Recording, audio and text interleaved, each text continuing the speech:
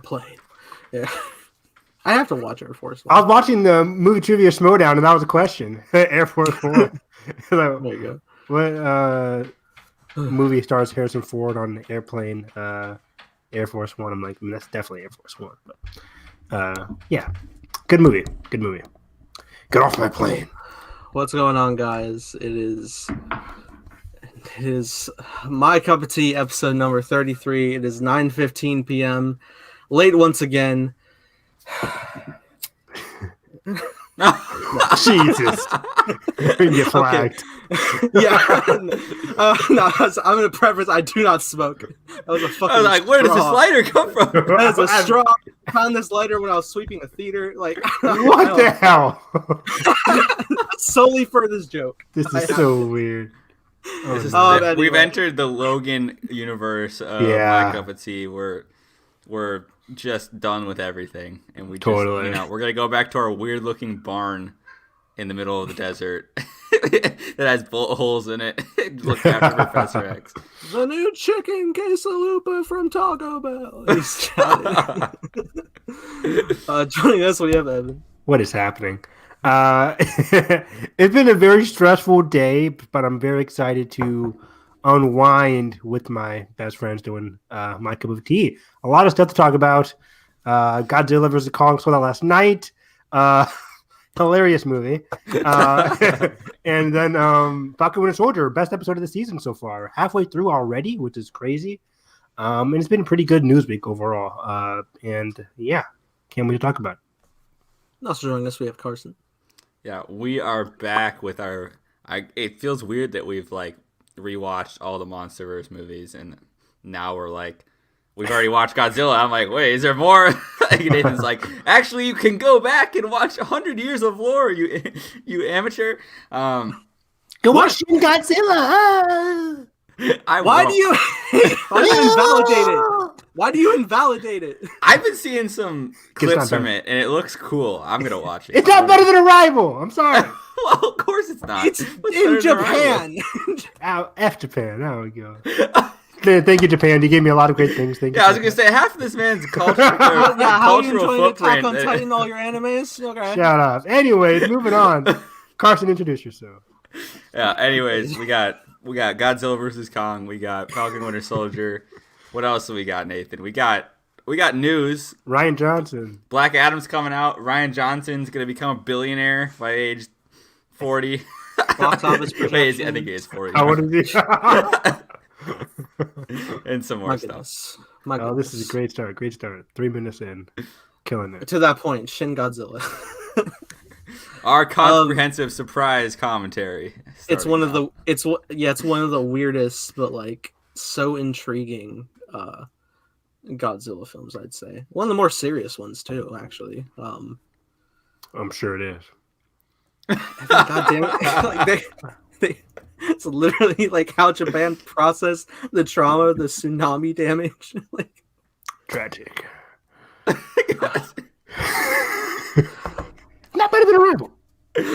What the fuck? No one's talking about Arrival. You got it wrong, Japan. You got it wrong.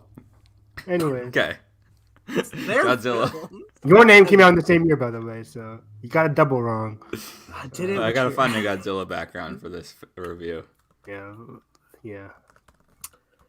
Okay. Yeah, but we are. We had Godzilla vs. Kong release. We're gonna jump into spoilers. Maybe go ahead. Spoiler alert. Maybe go ahead and discuss how it's projecting money-wise right now. Ooh, you know what? Let's do that. I missed. Box office, baby.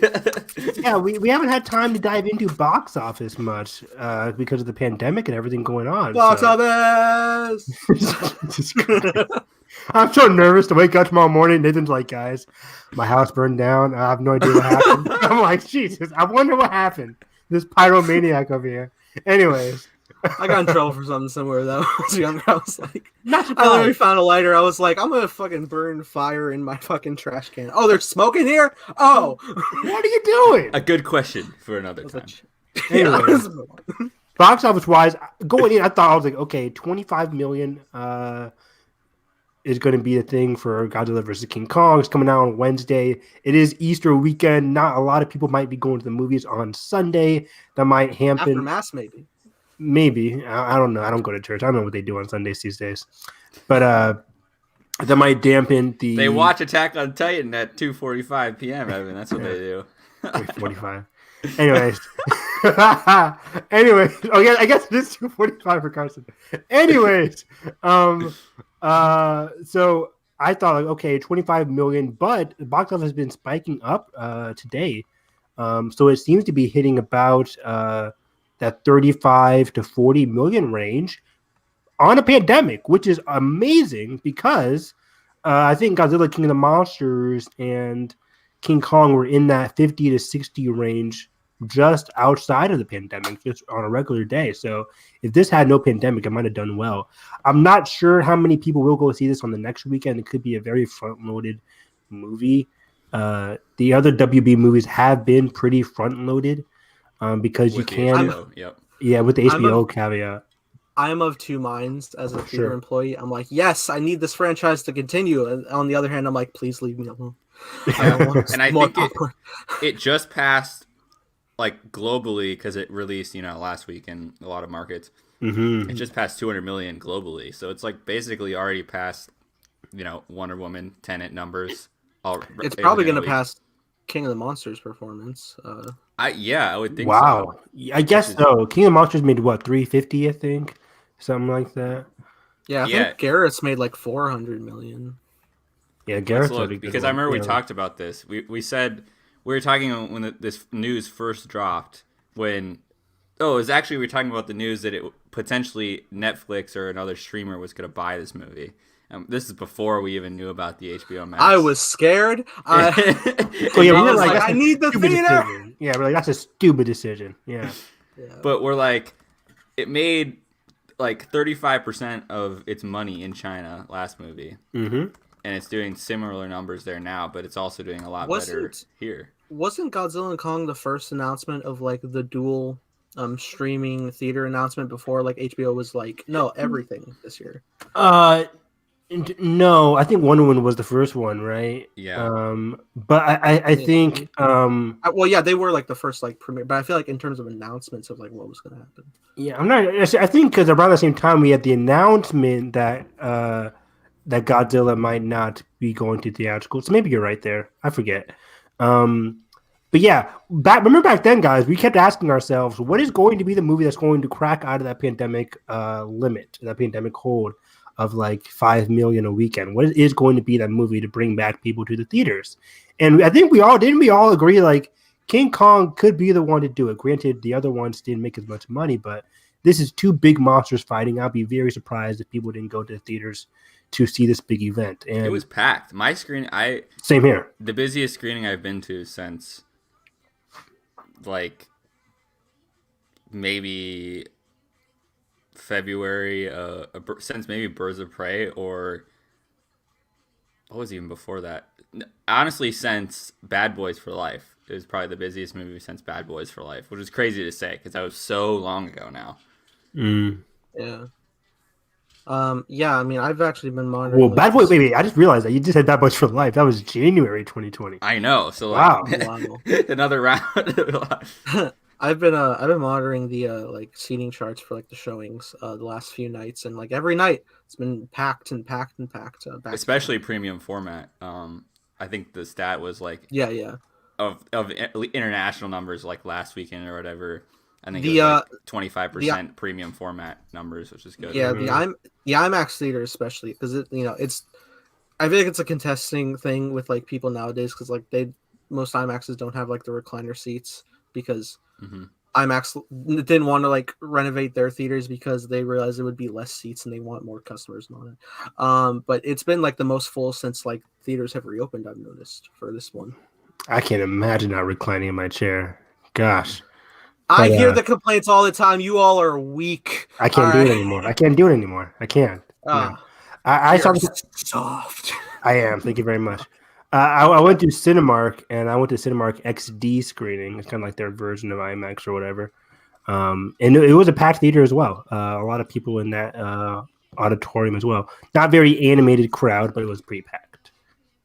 I had some animated people. This kid, I told you guys, this Yeah. kid stood up. Godzilla's first appearance in this movie when he comes up in the water. This kid saw like the little spikes going out of the water. He stood up and started clapping and cheering. I'm like, like literally mini Nathan in the theater. And then we got some applauses at the very end of the movie. And then it was funny because everyone thought there was a post-credit scene, and then I just kind of dipped out because I'm like, guys, there's a post-credit, and everyone's like, no. I walked out of my first screen credits because I just like went to go talk to one of my coworkers because he was ushering. I was like, "Are you ready?" He's like, "No," because it's just like, horrible night. And I stuck around for the second one. And I let the credits play, and that was actually funny because again, people were expecting post-credits, and they were like, "What? We've been duped!" Like stuff like that. Where is the next one? The disrespect, someone said. But quickly before we get into our review, it's weird looking at back at King of the Monsters. King of the Monsters opening weekend, a 3-day weekend, obviously, because that's what usually open weekends are. It did $47 million in the United States. So if Godzilla vs. Kong does like anywhere in the 40s over the 5-day, that's pretty like respectful because I believe only 60% of theaters are open this weekend, which is the biggest number it's been since the pandemic happened. But still, like that comparatively is like so good. Yeah, I agree. The circumstances. Yeah. Think of what we could have had if there was no problem. I know. Jeez. Yeah, but part of me wants to like, what if there wasn't that like kind of hype that like has been absentee of the theater, right? Like would it have would the hype been different? Because remember, like King of the Monsters like underperformed in the long run. They were underperforming, like I think with each installment, which was sad on my part. I was just like, I need more of these. I want them to keep going. There's no post credit scene. We'll get into it, but yeah, I'm hopeful that there actually might be at least another one. Comments from. Yeah, I think I saved comments from Adam Wingard of that no post-credit scenes. Yeah, I think he said something on Twitter. But it might be poised to do like not as much as Revenge of the Sith did, obviously, but like in comparison to the previous two installments, like when the third one goes up, or Rise of Skywalker when the third one spikes up over the second instead of a diminishing return from the second one. Yeah, it usually should be the third gets like the second most in terms of the trilogy. Didn't happen with Rise of Skywalker. It might not happen with this one, but we'll see. Like this movie is already making a lot of money, so hopefully it's not too front loaded. Hopefully there's not like a 69% drop next week. That won't be good. We shall see. Also, I've noticed this is like, at least for AMC theaters, mine anyway. This is like the first like 3D movie back, so that's like yet another premium format available to the masses. I know it's like not for everybody, but some people are just like, "Ooh, I had to put glasses over my glasses." They make it big enough. I used to be a big defender of 3D. Now it's just like do what you want, but trash, bury. But it's just like it's yet like another format opening to entice people to like see in different ways. Which was funny. Like watching this movie, I actually like noticed a lot of shots. I was like, yeah, I can see how this is in 3D. Maybe just go see rocks floating at you. It's not for 3D. Good point. Yeah, stuff like that. Yeah, but let's get into it. I'm hopeful. So I watched this movie a lot. I have seen this 3 times so far. I'm gonna see it again tomorrow. So it was okay, Yeah, I figured you hated it, right? Yeah, no, I watched it on HBO Max. I'm cutting my reaction right now. I have my file saved, thank God. And I saw it the following day, back to back, both IMAX screenings. I'm catching Dolby tomorrow. It was so fun. I was freaking out a lot, dude. A lot. Oh my God. Yeah. You go. It's just like fan moment. I think I said in my reaction, like, I finally just gave in. Like, it finally. No, like, even with like Kong and I rewatched it, in the back of my head, I'm like, this is dumb. Like, it's dumb. And then, like, this movie, I'm just like, red lasers. Like, I just gave in. And Junkie XL's going off, and I'm just like, this is crazy, man. But like in the best possible way. 1,000%. It seems like a lot of people on Twitter have really turned around on what's it called, Kong Skull Island, in terms of a lot of characters. People loving those characters in Kong Skull Island. I'm like, really interesting. 'Cause it's very weird. Before I dive in, it's very weird how the kaiju verse has never gotten that good mix between. And Godzilla. The reason I like Godzilla so much is because at least they attempted to get a good character arcs in with Bryan Cranston. They attempted it. Mm-hmm. They did a total 180 in Kong Skull Island. It was like, okay, let's get a famous actor like Bryan Cranston, but let's just have him play weird roles that are just weird and out there and energetic. And then they kind of did another 180 in in Godzilla King of Monsters, where they're saying, okay, let's just have boring characters in general with weird motivations. But we had Serizawa. Which was great. He was a great anchor. For this one, there really isn't that anchor. There really isn't there really isn't that person that you can really latch onto in this movie, unfortunately. So that kind of really let it down. I was very bummed about Serizawa's son. Oh, but, completely! Are we talking about it now? Can you talk about that now? Maybe we should go in sequence of this movie. Okay, yeah, we'll go in sequence. But yeah, I think in general, my overall thoughts are like I agree with you and Carson. I think this movie is freaking amazing when the monsters are fighting. It's very, you can lay back and just enjoy the theme music, enjoy the fighting, the hype and anticipation when Kong's on the boat. And you're just waiting for them to fight for the first time. Like, that thing is incredible. People are cheering. I'm hooting and hollering. The best character in this movie is the little girl. She's incredible. Yeah. Didn't say a word. Incredible. Way better than Tarzan, Alexander Skarsgård's crazy ass. Better than Rebecca Hall, wasted ass. Why were they two characters? Like, I feel like it could have been one character. Totally could have been one character. Anyways, better than the rich dude. I have no idea whose actor that was, but the rich dude was useless. At least they were self-aware to the fact that he's going on his villain speech. Really, that was great. And poor Brian Tyree Henry. He was so good, though. They did him dirty. Was he, though? No. They did him so dirty in this movie. From the jump, I'm like, oh, he's the podcaster that Edgar was talking about. I'm like, oh, he ate it up. He ate every second up. This is the same guy I see in Widows. Really? But okay. I was thinking that too. I was like, the range is incredible. Good job, Brian. But yeah, we had Millie in the right role, for Millie. Yeah, Millie. Marvel DC. We got the even more wasted than King of the Monsters, I think. I mean, she was in a jet to Hong Kong for half the movie, so I don't know what she was doing. Kyle Chandler, and I don't know why. His line was not great. In the same clip that it was. It was not. Trailer. I was shocked. I'm like, what are they doing? Come on. I said this is the first time it's ever happened in history. I'm like, this is my price of admission right here. This is what I came to hear in IMAX. I heard it. I'm like, I don't know why. I know, right? And I heard him like, okay, that was something. It was like off screen. He's talking to Millie Bobby Brown. He's barely in it too. He was. I know he got a paycheck as left. 3 scenes. I was shocked.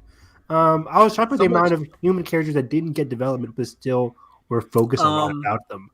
But overall, fun movie. And I know we're gonna get to it later, but I'm happy the right monster won. There you go. It's been settled. Normally, I would agree with you, but we're going to break this down. Let's do it. In terms of all right, so my nerdy kaiju ass is going to go through this movie with as much tidbits as I can. So 3 hours later, we're still talking about the credit sequence. I know, we're like, there is no credit. Oh, the opening credit. Yeah, no, don't forget March Madness bracket. I know, right? That was so weird. That's what Edgar was talking about. He was like, "I think you're gonna like this," and then he was just like, "Isn't this funny?" I'm like, "What the hell?" The opening credits are hilarious. Yeah. But before that, we kick off somewhere on Skull Island. And immediately with Kong, and I'm just like, all right, and he's just like chilling this day. I'm like, hell yeah, we are humanizing the protagonist from the jump, right? So he's like, I'm like, okay, cool. So he's our protagonist. He's our eyes into the world. He's the monster that we will be following. We kind of got to teach that in the trailer, so it makes sense. I think very much is because every time you see Godzilla, they just really leaned into like a villainous presence, big time every time. This pretty awesome. I know, but like he's very villain, which I like because like we haven't seen Legendary's Godzilla in a villainous light before, and that's Godzilla has done like both throughout his almost 70-year history now. But so I thought that was cool. I mean, there's a point later, like after the whole like first fight, he comes up like in fire and he just looks like a demon. Like Yeah, loved it. totally. Loved it. The cinematography. he has pure red eyes. I was like, were they that red before? I thought Yeah. they were like a light brown. But the cinematography and visual effects are commendable. Like these movies, if for one thing, they are known for their visual effects. And then he throws the tree at. Yeah, he does outside the of tree spawn. thing, and I'm like, signature move, but why? And he like chucks it, to call Wonder Woman to warn about It's a invasion. simulation. Oh my god! And then we cut to the outside, and they trap. No, but I thought that was cool because I was like, "What's going on?" And it was like Kong containment, and I was like, "Why?" And then they immediately tell me why. It's because Godzilla will kill him if he's aware, because they're both Alpha Titan predators. And I just thought that was really cool. Which is Get the interesting. little So, Godzilla has never targeted Kong before this. So what changed? Right? I guess that really depends on like how long Kong has been in containment for. He's been in. Wait, so this is the same Skull Island from 2017, right? The same location, or do they? Same location, yeah. Same location, yeah. Same location. That was in the 70s. But wasn't Godzilla around in the 70s? Well, yeah, Godzilla was around. Godzilla was awoken by nuclear testing in the 50s. Kong is still adolescent in the 70s, so he's not really, I guess, posing much of a threat. And I don't think like the real like Alpha Call stuff was really going down until the whole events with Ghidorah and King of the Monsters. Got it. So at that point, if Kong woke up, or if Kong was aware of Godzilla or vice versa, then that would have changed. Okay, I get. Because it was just confusing me. I'm like, why would Godzilla go after Kong?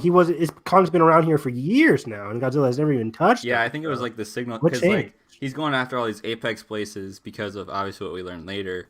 But part of me, just realized that like Kong like is now fully grown up, and so like their legendary rivalry now can come to fruition. Because I'm like, is it much of a rivalry? I mean, it's Godzilla. No, it's Kong though.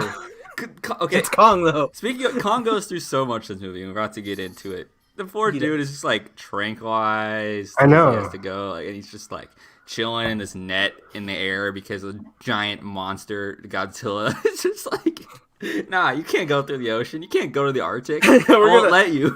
I won't let you. It's my world. I do want to break down all this stuff. So like I definitely agree. The little girl is definitely the best character in this whole movie.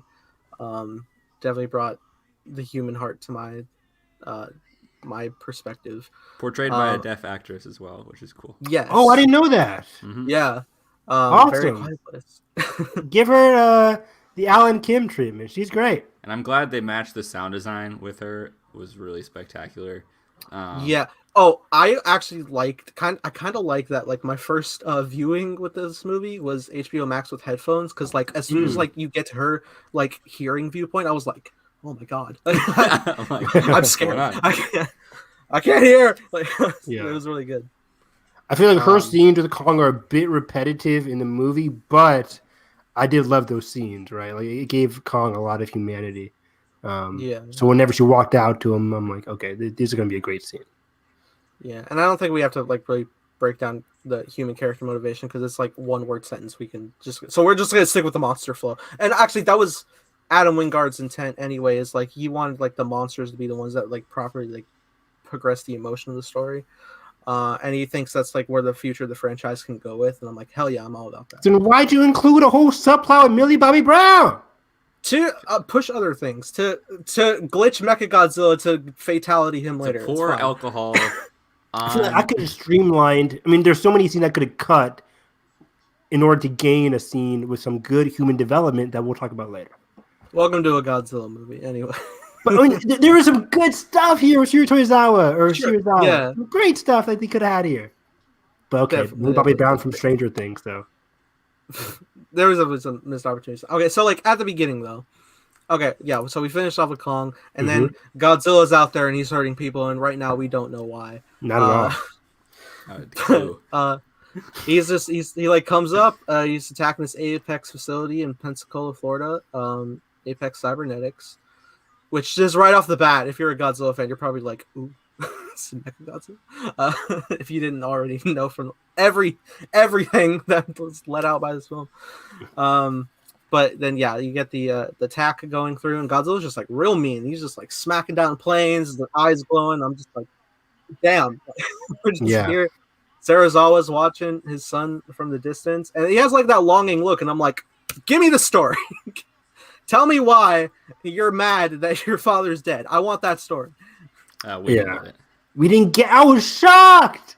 Shocked, I tell you, shocked. I'm like, how the hell did we sideline a Sarazawa? It was right there. I feel like they totally could have wrote it too, where he like kind of like went off and did a coup against the main head guy. Like, you're wrong. Like, the father wouldn't have, he would have come around to his father's senses kind of arc, and he could have taken control of that. I was reading an interview with the actor, and he was like, yeah, it's all on the page, but we had to cut for time and stuff. I'm like, this movie is a clean 2 hours. I saw some add 10 minutes, things. If that. I also saw like some other characters were cut, like the lady from King of the Monsters who has a connection with Mothra. She was cut, and so was what's her name from? Was it Paige Tico, this actress, or? Oh, really? She's in. What was she from? Well, she was in Kong Skull Island. That person? Yeah, she was. Actually, I think so. Was she? I'm not sure. Never mind. If I remember, there's a lot of characters. But a lot of characters that aren't as deep.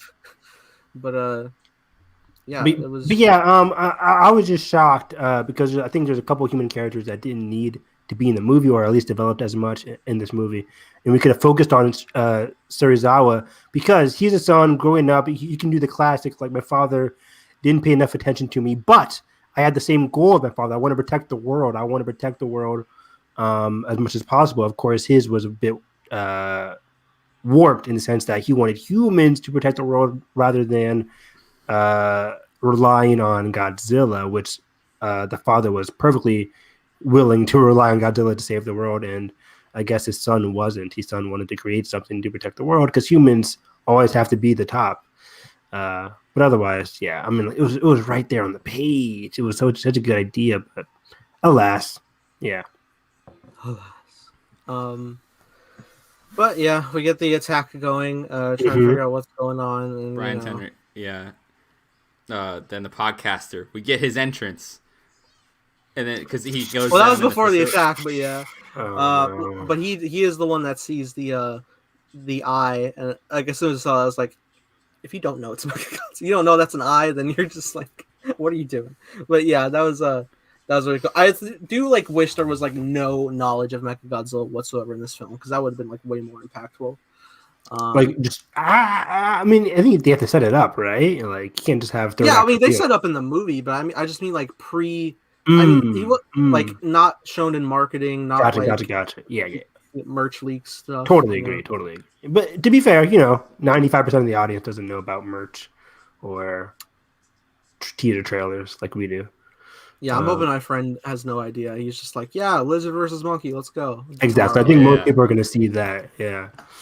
But then we start getting that plan to like dive into Hollow Earth, make that expedition. We need Kong to lead the way. So we have him chained up, sedated onto the ship, and we're going through. Really cool scene in the rain later that night where like they find out Kong actually can like sign language. Some good rain once again. These movies are killing it with the downpour. Come on, that's a lot of rain. Woo. That's what these movies are known for at this point. It's like they're like in the office. They're like buckets. I need every rain machine this city has. I will get it all. And the poor producer's like, we can't get any more. Fuck your water bill. We're on a drought right now. Like, if we turn it on for one more hour, the city's gonna shut us down. Yeah, that actress got soaked. I'm like, oh man, couldn't be me. Oh god, that would be so uncomfy. Yeah, I really like that scene, like Kong being able to sign. It's such a interesting dynamic of like monster communication. And then we get to the next day, and they were trying to avoid Godzilla's known water territories, but he still found them anyway because like surprise. Yeah, Kong's out there and he's coming up and he's just like terrified. Like they immediately go to like shoot missiles. Kong's like annoyed by the sound. He's chained. He can't move. and Godzilla is about to get hit, and he just dives under. It's just also cool. Just cuts the boat like a piece of butter. It just goes right through the middle of the boat. Through. Tail comes up, hits a jet, smacks right into 2 more ships. Like you're scared for Kong because he's like a sitting duck, and you're sitting there like, and you know he's not gonna die, but at the moment you're like, oh my god, Kong, he's gonna get hurt. Like it's a wrap, right? Round 1, we talked about this. You're in the ocean. Like given what we saw in the trailers, I'm like, this is Godzilla's home turf here. And there was such a cool image where like one of the like boats cut in half and like an anchor caught on to Godzilla's tail, and then he's he dives and it just deeps down. You're just like, you can't see him, and then the ship disappears underwater. It's like, oh my god! And Kong just like screams, and Godzilla uppercuts the boat with his body, and then it just flips, and Kong is still chained, and he can't breathe. Oh my god, it's so cool. And that was amazing, right? And the boat does a flip, and everybody inside's like, "Oh crap!" And they're all upside down, like the Titanic. Starts, it's upside down. It starts flooding, and then like Alexander Skarsgård has to go and like release the hatch to like undo the chains. And then as soon as he's free, Godzilla comes up, and it's just. I gave Alexander Skarsgård barely caught him, like another second, been a bite to the head. I give his character some flack in this movie for being pretty underwritten, but he came in clutch a pretty number of times in this movie. Saved King Kong during this round 1 fight, and then saved him again during the round 3 fight. I'm like, okay, yeah, this guy is clutch. Yeah. And it's such cool imagery. Like, they're underwater. Kong's trying to hold him back. Godzilla's trying to, like, snap at him with his teeth. Like, amazing. Dude, it's just, like different moves, like, we haven't really seen from Godzilla, which is cool. Like, a lot more, like, lizardy, aquatic. Yeah, right. Water. Yeah, especially towards the end when he's, like, crawling in the third act a little bit. That was really cool. Yeah, dude. I was like, it's an alligator move. That was scaring the heck. I was like, oh, no. But, in the water, it was really amazing seeing how he's going to work his stuff out in the water. We talked about this before the movie, but how Godzilla's one weakness is his strongest attack takes a lot of time to charge. And there's plenty of time during this underwater sequence where he's like trying to charge up an attack, but King Kong's like punching him, not letting him really do it. But it was incredible. It's so fun. Like he's like trying to get through, and like he actually makes his way back up, and he like flips forward, and then he sees this great moment. Godzilla's going to like the main ship with like the people in there, and he like sees like a medium ship like in between. And he just like jumps to it, off of it to the next so one. Cool. I'm like, what the fuck is happening? It's so cool. And I won't even ask physics of how this carrier can support the weight. Oh my god! And the shot of the pilot that takes off right as guys. Yeah. Top Gun Skull Island right now. Like, it's so cool. It is so good. And then like he picks up another one, there's still someone in there, and he throws it. And he like checks out, hits Godzilla. Godzilla's like, ow. And he dives, then comes up, and it's that trailer shot where he's just scraping to get on top. Right. I think one of my favorite parts about this movie is like the just overall fight choreography of the monsters. Yeah. Like, I love the fights in King of the Monsters, but I think this one is a lot more like decisive in how it shows the monsters and like what they're doing. It's more clear. Obviously, a lot of that in King of the Monsters had to do with the weather that they chose for the scenes, but here I just think the director just really made the environments like super clear, and it worked. And showed like their power sets so well. Of like, you clearly saw that Kong was at a disadvantage, and you saw how he's like literally fearing for like every time Godzilla shows up. I especially like how much they use the environment like within the fights too. Yes. Agreed. Yeah, and more so than the environments, right? Like these monsters are actually being like Godzilla's an actual lizard in this movie, like Nathan just talked about. Like he's actually using more of his animal abilities, and Kong's using more of his animal abilities by using like a lot of the ape like maneuvers and movements that we don't really see him do that much in Skull Island. So loved it. Oh, it's so good. But then like they're finally face to face in the carrier, and we get the trailer stuff. We're just like punch. Godzilla coming back with the smack. He falls down. He's about to do the breath, but then the military hits him and distracts him for a bit. Kong punches him back and then pushes him into the ocean. It just keeps going. It's so good. But then that's when like the charge is going to happen. And then Kong has to ditch the boat again. He's back in the water. And then it gets worse because he's like not just gotten by Godzilla. He's like wrapped in his tail, and Godzilla's swimming down to drown him. And I'm like, why? Like, no holding back. Like, it's just swimming to the bottom of the ocean. And Godzilla's even like struggling too. He's like roaring while he's trying to do it, and then like the he's charges happy. The fact that after the charges come and Kong comes up and is like literally gasping for air and like spits out water, I'm like, geez. Oh, and then you just straight up collapse. Like, He's like, I am done. I honestly, the smartest move I've ever seen from the humans were just like, shut it off. We can't win this. Yeah. Make him think that we're done. And then that was good. And then like immediately Godzilla's coming out to like make sure, and like he locks eyes with Kong, and Kong's just like obviously exhausted, can't do anything. Godzilla's just like evil incarnate, like just surrounded by flames. I'm like, oh my god, you are the villain. Like, great shot, beautiful shot. I love you, Godzilla. But you gotta double tap. You gotta make sure this guy's dead. Like, Cut the credits. Go over there, do 2 hyper beam double tap in the face, walk away. It's good. He's got that king arrogance. He thinks he's already won. Exactly. Yeah. I'm like, come on. But he takes off. They're like, how do we progress? And he's like, how's Kong with heights? And then they do the helicopter thing, which is how they transport him in the OG film. Yeah. Peter Jackson one. Yeah. No, the like 60s one. Oh, isn't that how they? Oh no, they did him by boat in the 2005. They did by boat. But in like in King Kong versus Godzilla from '62, they like I think it actually was attached to like balloons, but like they transfer him over to fight Godzilla. It's all like that's surprising. That film has a social commentary on marketing and stuff. But it's Nathan and his monster movies being social commentators. Nice. They are just like Shin Godzilla, right? Yes, goddamn it!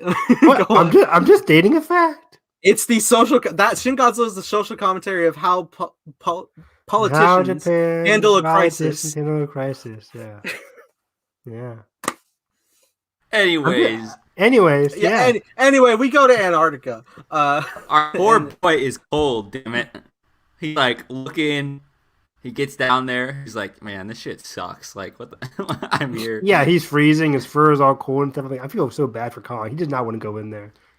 And then their best idea, just like, straight up lie to him. Be like, yeah, your family's down there. That's messed up. Well, they say maybe. They don't like. Oh, come on, Nathan. No, I'm okay, but like Alexander Skarsgård did make a good point that like we have no fleet to take him back. Like he will die here if he doesn't go in there. True. Yeah, there was no other option. I'm here to come in with a reinforced plot because I've watched this movie 3 times. Yeah. And then he just books it, and they're like, everybody get in. Come on, we got to go. Yeah, I know you go fast. Fuck. Get into super jets. Yeah, which looked so cool. Like, awesome. We've been talking, like, where did this tech... They just decided to go all out on the futuristic, like... It is a staple of the Godzilla franchise. It is a staple of the Godzilla franchise to just have ridiculous... tech shit to compete with monsters because it's just like come on. Yeah. So I thought that was pretty cool. Not a huge fan of the names. Heaves, right, Nathan? Heaves. Yeah. Heave ho, not a fan. Just weird. I'm like, we didn't even mention Isa Gonzalez's characters in this movie. She is so perfect. She's Her beautiful. reactions are just like so snarky, and she just totally very hammy. Very hammy. Yeah. I actually I didn't mind her. What's up, AJ? Didn't mind her character because she was so hammy and over the top. I liked it when they just dive into the hamminess of it all. And the reactions were just great. I expected more from her character, but yeah. She's like, and of course that cheesy thing comes back. She's like, yeah, one of them could light up Las Vegas. And then Skarsgård later is like, brain blast up Las Vegas. I'm here for it. I'm here. Yeah, I'm like, I'm all in. Turn off the brain. We're here for monsters. Yeah, so we start heading to Hollow Earth. Kong is like going like he's just swinging, but breaks. And then he just falls. That's terrible. No, he didn't just fall. He fell into like a wormhole portal. That'd be terrifying. Just free falling that long. I'm like, geez, somebody give this guy a bungee cord or something. That sequence is so cool because he starts falling. And then he's kind of obscured from view a little bit because then it cuts to the perspective of everybody inside the heave. And then we get like 2001. This Hyperspace 2001 sequence. It also kind of reminded me when the Avengers that haven't been to space before in Endgame. Look at me making Endgame references. Oof. And when they go to space and you see the shot of Cap's eye, and he's just looking. I love it. I was thinking of Interstellar, but that all works too. You think of Interstellar? I'm shocked. Damn. I don't. You hate did the this movie. to you. You did this to you. I did. I really teed that one up right there. But that's what I thought of. Thank you guys. But yeah, that was really cool. I like that. Like they go on the whole plot of like how like the gravity inversion thing happens, which is really cool. They free fall with Kong. This poor Kong. He's like such a tall height. Really Thank God there is an inversion because like oh my God, like they straight up like pass him like slow like looking. At Yeah, and other. he's like, It's like Superman and the Flash, you know. But yeah, this is easily getting into the best part of the movie right here. Really, yeah, with the Hollow Earth stuff. Hollow Earth was absolutely incredible. Like I didn't know what I was expecting, right? Because I've never been in this universe. I've never been. I know. I've been in the universe, the Godzilla universe. I'm just saying, like, no, yeah. I've never. I didn't have any preconceived notions of what the Hollow Earth looked like or how it was like the physics supposed to work. You ever see Journey to the Center of the Earth with Brendan Fraser? I saw the first one. Yes, we have. We've seen it. Yeah, I didn't know that was similar to it, but they actually have a minute. It is. There's no actual dinosaurs. But well, I guess there are. There's a lot of creatures. I think there. so. Yeah. I movie like on a Saturday morning. We're like, and I remember when we reacted to this trailer, we're like, oh yeah, this is like the flashback, like his ancestor when he's. I thought that was his ancestor Kong. And lo and behold, this thing just comes out of the sky and like snatches one of the ships, and then Kong's like, nah, this is my home now. It just starts like snake, viper, vulture, like terrifying. Oh, it's like so a snake good. that flies, and I'm like, oh my God, a flying snake. Fuck. I am out. I am back into round Earth. Get me out of there. Yeah, but yeah, as Kong gets to Australia, we start fighting them. Nice. But yeah, it was great. Like he grabs one, just hits the other. It was great, and then again, Kong has a weakness. It's like serpentine getting wrapped up, and then like the wing suffocates him. Yeah, pretty disgusting. And Kong gets the ringer. I'm glad like he had some human help because. Yeah, he was. Yeah, he really has some good plot protection in here, Kong. I guess it definitely, it very much makes sense why he couldn't fully, like he could compete with Godzilla, but he couldn't win. Like I get that whole aspect. It's Godzilla. Yes, I will get there. All right, I know. But yeah, it was a really cool fight. He just straight up annihilates him. Drinks out of the thing. Yeah, that was pretty awesome. Yeah. Yeah. Overall, I think like 3 separate times he does like the chest pound. I'm like, hell yeah, it's Kong. I know. Yeah, he's always so proud of himself. I love that. But yeah, overall, I love the physics of this world. Like, I love how it's all flipped upside down. I love the terrain. I love all the random creatures. It felt very Star Warsy, right? In terms of all the new and Kong starts running everything. like an ape, and he's just running across, going to the mountains. I'm like, oh, this is so good. It just looks so cool. The effects, the landscapes, and everything just looks so different, unique. I'm like, a whole world. It reminded me of Transformers Bumblebee. I'm like, I want a whole movie on Cybertron. And then now it's like for this one, like I want a whole movie on the Hollow Earth, and you might get that. Yeah.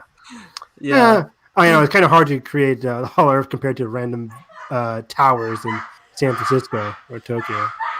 Oh my! Wow. What the hell? She's laughing or something. And I don't know what it is, but it's been like 4 minutes straight. I'll be right back. Continue on.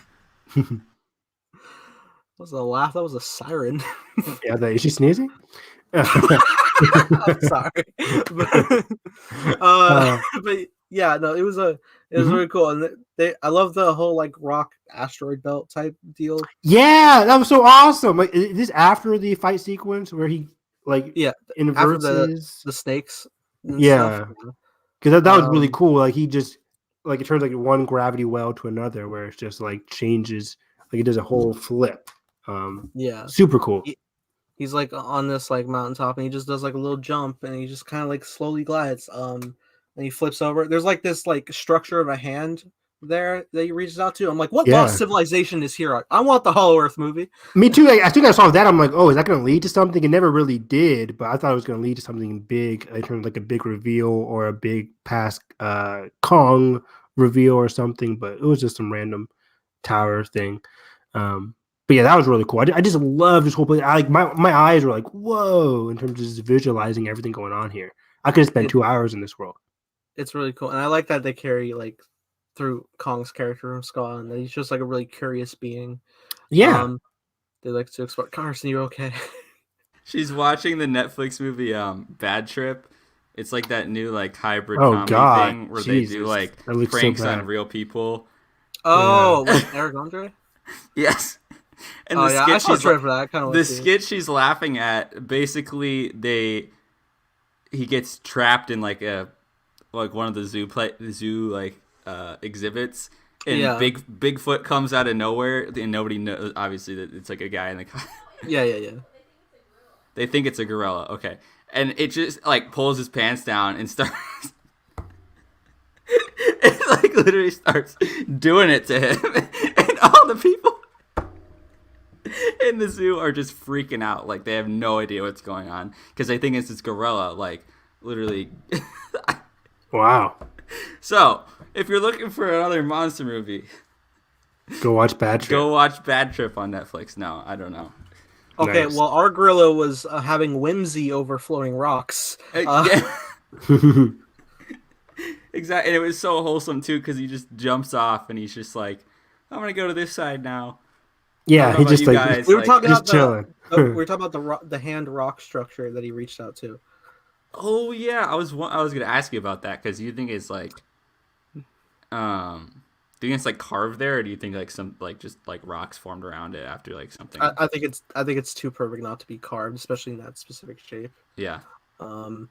I was saying like to Evan, it seems like part of the whole lost civilization of what Hollow Earth was in the past, which seemed really intriguing.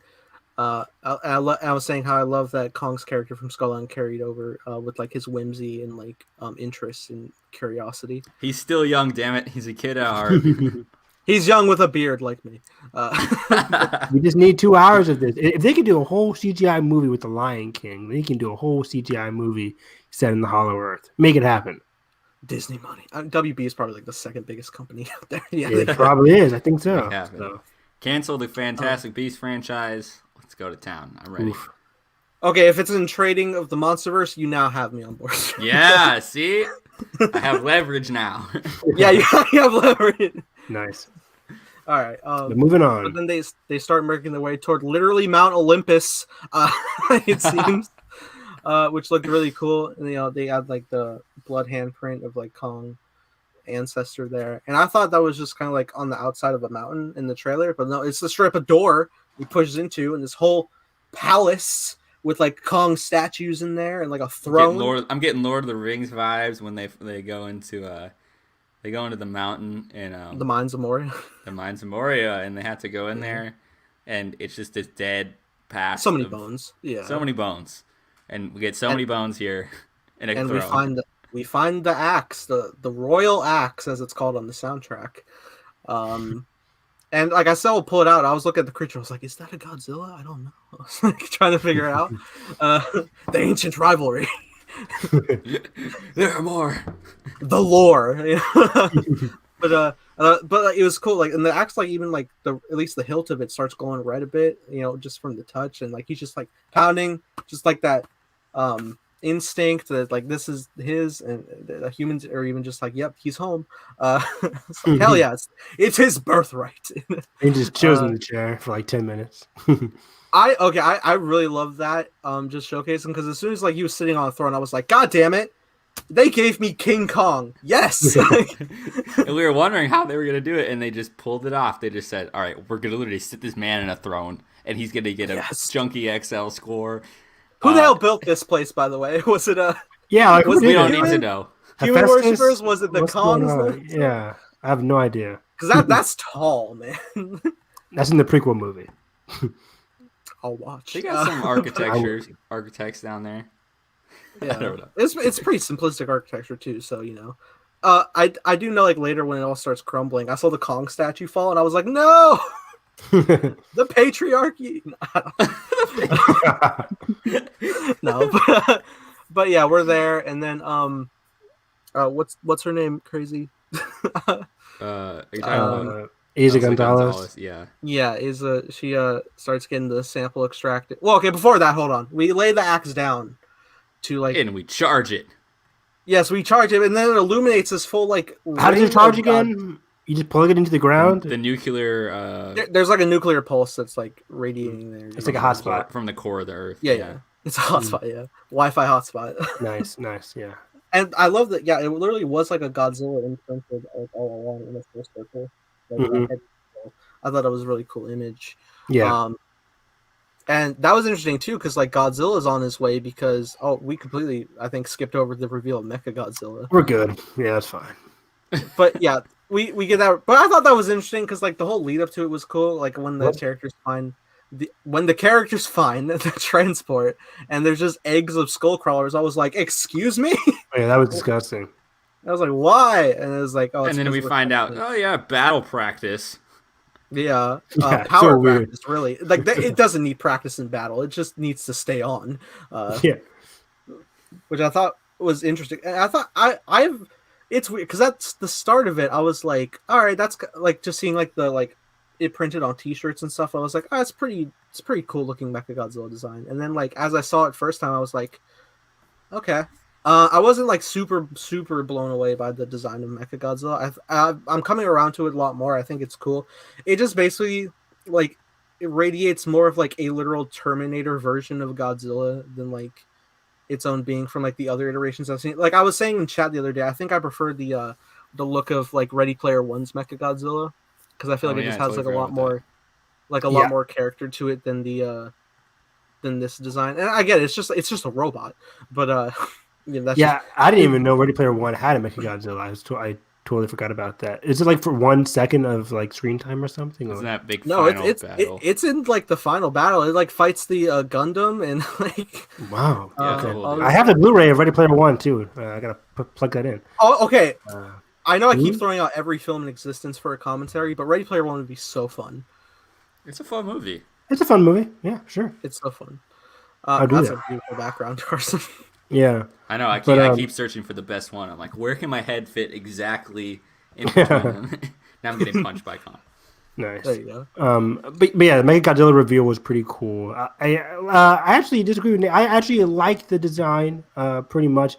It's like a skinnier. Yeah. I mean, it's a skinnier version of Godzilla to make it look more maneuverable. But yeah, it was pretty cool.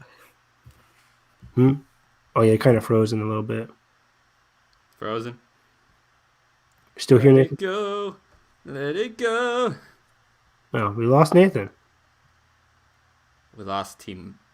What shirt was he wearing? We lost Team Godzilla. Damn it. Yeah, the one who's gonna win. Well, what else happens in this follower? Oh, so we get the. So yeah. The important thing we hear, I think Nathan was setting up, was that Mechagodzilla is set up in Hong Kong because Millie Bobby Brown and crew find him in Hong Kong. He tests out the monster on that skull crawler. But then we're like, okay, it needs to charge up. And then we got Serizawa's son saying like, okay, we need more of that juice. We need more of that stuff from the Hollow Earth to help power us up. Insert the Hollow Earth sequence. And Godzilla's going to be very upset that stuff is going down in Hong Kong. So I think as they're trying to download the Hollow Earth stuff, Godzilla comes into Hong Kong and starts wrecking shit up. Yeah, because he finally he turns courses or whatever to the Apex facility. We were saying how Godzilla's heading his way to Hong Kong because he realizes that Mechagodzilla, or in general Apex, is there with the Mechagodzilla in Godzilla's head. I think it was with the awakening itself of Mechagodzilla that like he turns course. I think he may have been on his way to Kong or something, but then he definitely like was like up or something. Damn it. Copyright infringement. Is he mostly looking for? Is he mostly connected to Mechagodzilla or to Ghidorah's head? Ghidorah's head. Ghidorah's head, is right? Godzilla. Yeah. I know. I keep it. Okay, but let me get this out because there's the head that's there, and then they're like, there's another head here. I can't remember where they said the other head was. Is there a third head just out there? Huh? I don't even know. Because what happened to Tywin Lannister? He's like, yeah, I bought this head from him. Oh, I don't know what happened with him, but I am certain that head is what the control panel is in. I feel like they were saying that, like, I think it was like Brian Tyree Harry's. I can't speak. I think it was his character theorized that it was an additional head, but like that couldn't be because Godzilla decimated Ghidorah. Yeah, that's what I kind of thought too. So it would only be one. And I think you could even see like they did have like the neuron like transferring. Like I think somehow they made neurons wireless Bluetooth. Yeah. Just casually, they're like, hook up these neon lights. Here we go.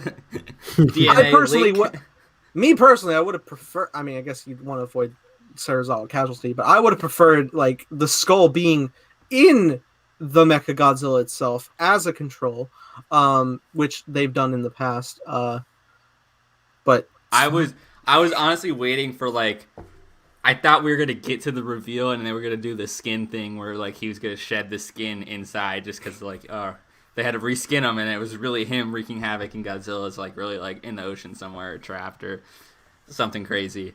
I really do think that could be like that could have been a really cool plot element, as much as Evan has voices disdain for it. I thought they were gonna do it because I'm like, you know what? They have everything set up for it. Like, and now I'm like, I was starting to see it.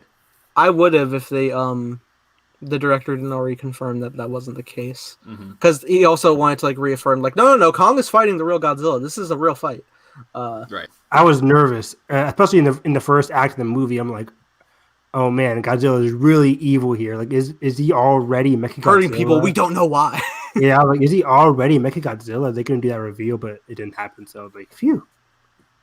And that was like another thing. Is like I could have used like probably like a little more Mechagodzilla than just like the final round. But that's fine, and we'll get there because we got So Godzilla ends up in Hong Kong, where the facility is, where Mechagodzilla is, and then before he could reach the Apex facility, he takes notice that Kong is activating activating something ancient, and then this god charges up his beams, lights up his eyes, just right at this. We're just looking down the barrel, and then you just like right down through the earth, through it. Absolute insanity.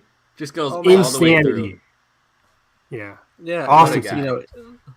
Really cool. And then it's such a cool reveal too. Like when it does burrow through and like the blast comes through, and then stuff starts going down in the Hollow Earth. Then like not just is Godzilla roaring down the hole at Kong, but like you could like see like post breath still glowing while he's yelling. I'm like, oh my god, I've never seen this perspective. That's terrifying perspective. Yeah, and then Kong yells up. He's like, oh hey, like yeah, it's like to them they're like looking at like the same direction, but because of the inversion, right? And you're like, oh, you're on land now. Let me just slide up there and just like beat you up after round one. Yeah, he goes back down. But then they try to steal the sample, or well, I guess like they just had to download it. I don't fully know how they have wirelessly transferred it. Yes, but it's fine. Yeah. It's fine. It doesn't matter. I'm fine with it. But that's what they're doing. And then like they're on their way out, but then Kong's like, no. That was shocking. Yeah. I'm like, really? They're gonna kill her off like that? Dang. I thought she was gonna have an Instagram post very happy in that same set. I like when they kill hammy characters like that. I'm like, you know what? That's fun. I don't have emotional attachment to them. Yeah, me neither. I was just surprised. I'm like, Asa Gonzalez, come on, do it right. But but then we start to head our way back up to Hong Kong. Godzilla's like, I think at that point Godzilla's trying to go to Apex again, but then Kong's like back up and he's trying to challenge. And it's so cool that it's just like Godzilla's like smacking his tail down, like trying to instigate. Yeah, it's like a Western standoff. Like, they're just sitting there and the close-ups. Yeah, and it's the one. Faces. I think it's the one instance in the movie they do like those zooms that they've done in the past, like that quick little zoom into Godzilla's eyes. It kind of looks like a news camera kind of deal. Oh yeah, it's super cool.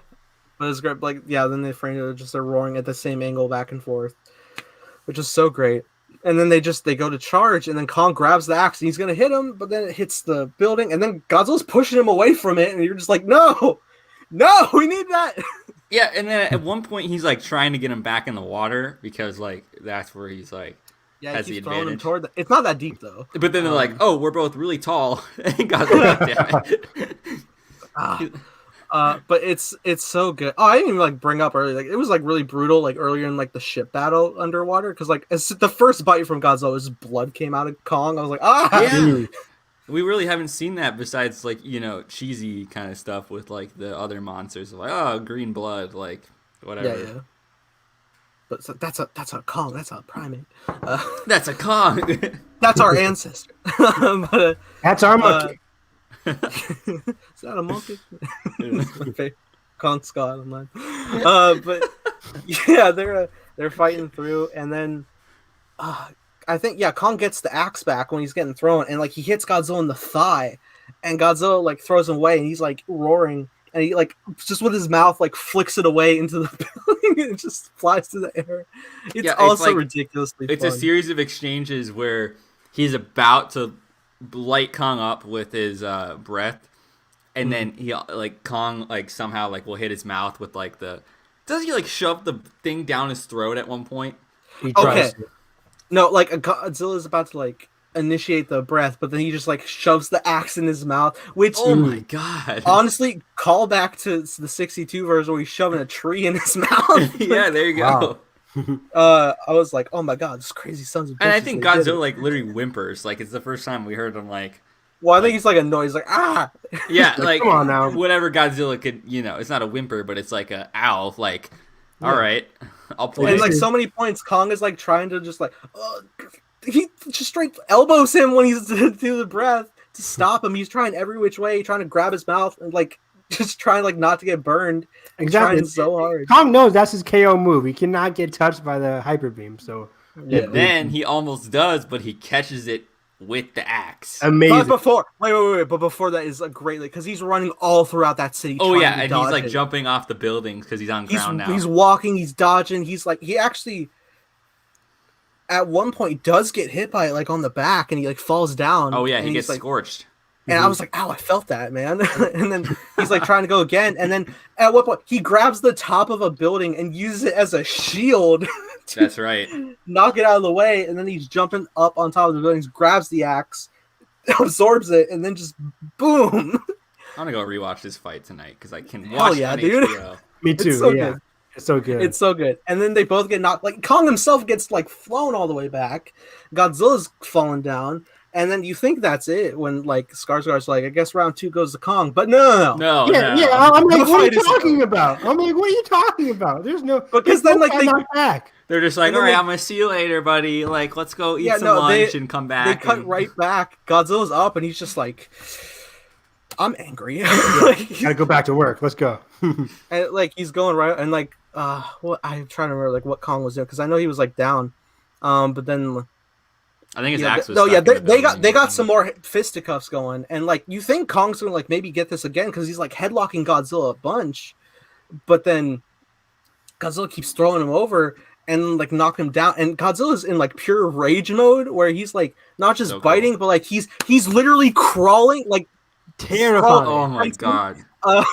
And King Kong's like, oh shoot, like yeah. And he's like kicking him back, and then Godzilla he's on his back. Godzilla jumped on him, and then he's scratching his chest. The most terrifying, like in terms of like so scary. In terms of like scale that you can feel on two like kaiju, like they're so big in size. But this is the first time that I'm like, oh my god, that's Godzilla. Like you felt like the weight that was on Kong, like that's like heavy. He's like literally standing on him, scratching him, and then just puts his foot right on top of him. Oh, and that was great too, because it's not just like he's trying to crush him, and then Kong punches, I think, like a weak spot in his neck, and he just like screams, and he just gets angry, and he just like once more slamming, and it's like crunching into the chest. And this is where we get the shot of both of them just like screaming at each other. Like like I love how they did it too, because it's just like Godzilla's like leaning in, looking at, and Kong is like really discomforted too. He's like, crap. He's in a There's so much position. emotion in their faces. I love it. And then Godzilla's just like angry yells, and you just like watch it. It's just the longest roar. It just keeps going. They just loop and it. then Kong's just like hates him. He just like screams right back. He's just like, I don't care. But it's like Godzilla's fully aware. Kong is fully aware. The fight is over because this man's in pain. Yeah, and Godzilla's on top of him. Yeah. But it almost feels like Godzilla had like a respectful nod. It was just like, good fight. He tried a little bit. Wasn't he at one point like crushing Kong's ribs? It looked like because he put his It went in like a little more, and it was like, ow. Yeah, I heard like a crack or something as he put his paws on his like stomach. I'm like, oh, jeez. Oh, dude, he got annihilated in that regard. And then Godzilla's like walking away, and Kong, just like a desperate fighter trying to get back up, he's screaming, but he falls back down. And earlier in the fight, he dislocated his arm. That's right. I totally forgot about that. Yeah, he dislocated his arm. He got scratched up. So he's like trying to stand with like a loose arm, and he just falls. And just yeah. And he just falls right down, and it's just like. And honestly, the way they frame it is just like, did Kong die? I know he didn't, but it's like, did he die? He was close too. It says like his heartbeat was slowing. So. Oh yeah, he was inches of his life. So Godzilla, it didn't look like it didn't look like Godzilla put that much damage into it. So I had to rewatch the fight. But yeah, I guess all that scratching and then just pressing down on his chest. Kong's tired.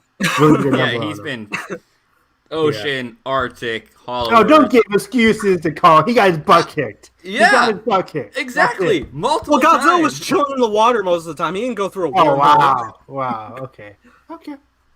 Anyway, so Godzilla just got Kong has emotional grief for his family. So what happens first? Does does Mecha come out of the Hong Kong facility, or does the humans go up and they have to save Kong? I can't remember what happens first. Oh, the Godzilla comes out first in the daylight. In the daylight. It's the next morning. Mecha Godzilla, and it's really cool because like they try to use the power source, but like it didn't click well. But the system takes over itself. So like it becomes sentient, which I was not expecting that, which of really course, weird. Like, makes sense. But I really like that. That has happened in the Millennium era of Godzilla, the Mecha Godzilla they had. That Godzilla was built around the OG bones of the first Godzilla. Oh my god! And through the genetics of that, paired with the AI technology, it awakens and like remembers what it is, and it wreaks havoc on Tokyo because it was villainous Godzilla. Wow.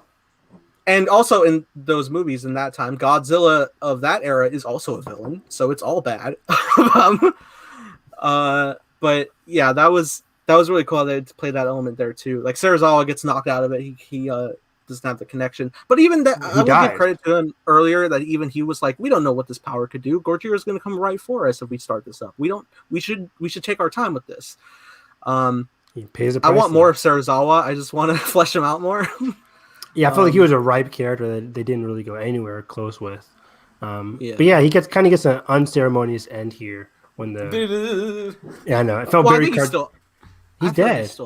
No, he's dead. He's dead. He's dead. I don't know if he's dead. He's dead. You saw the movie 3 times, Nathan. He's dead. Yeah, dead. I saw him glitch out. I don't know if he's This dead. man had the whole entire DNA of this his head prehistoric exploded. being shocking through him to It's the dead. most powerful power source from the middle of Oh, the don't core hit me of with the earth. logic now. I will hit you with your own I know. logic.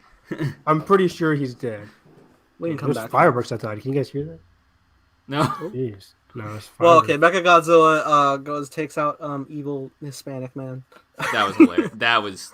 That was so funny because he's going on his own spiel and they just start backing up. I'm like, this is like the hammy, cheesy, like little. I love thing. when it starts too because like as he's talking, you just see like that blurred head in the background move to look at him.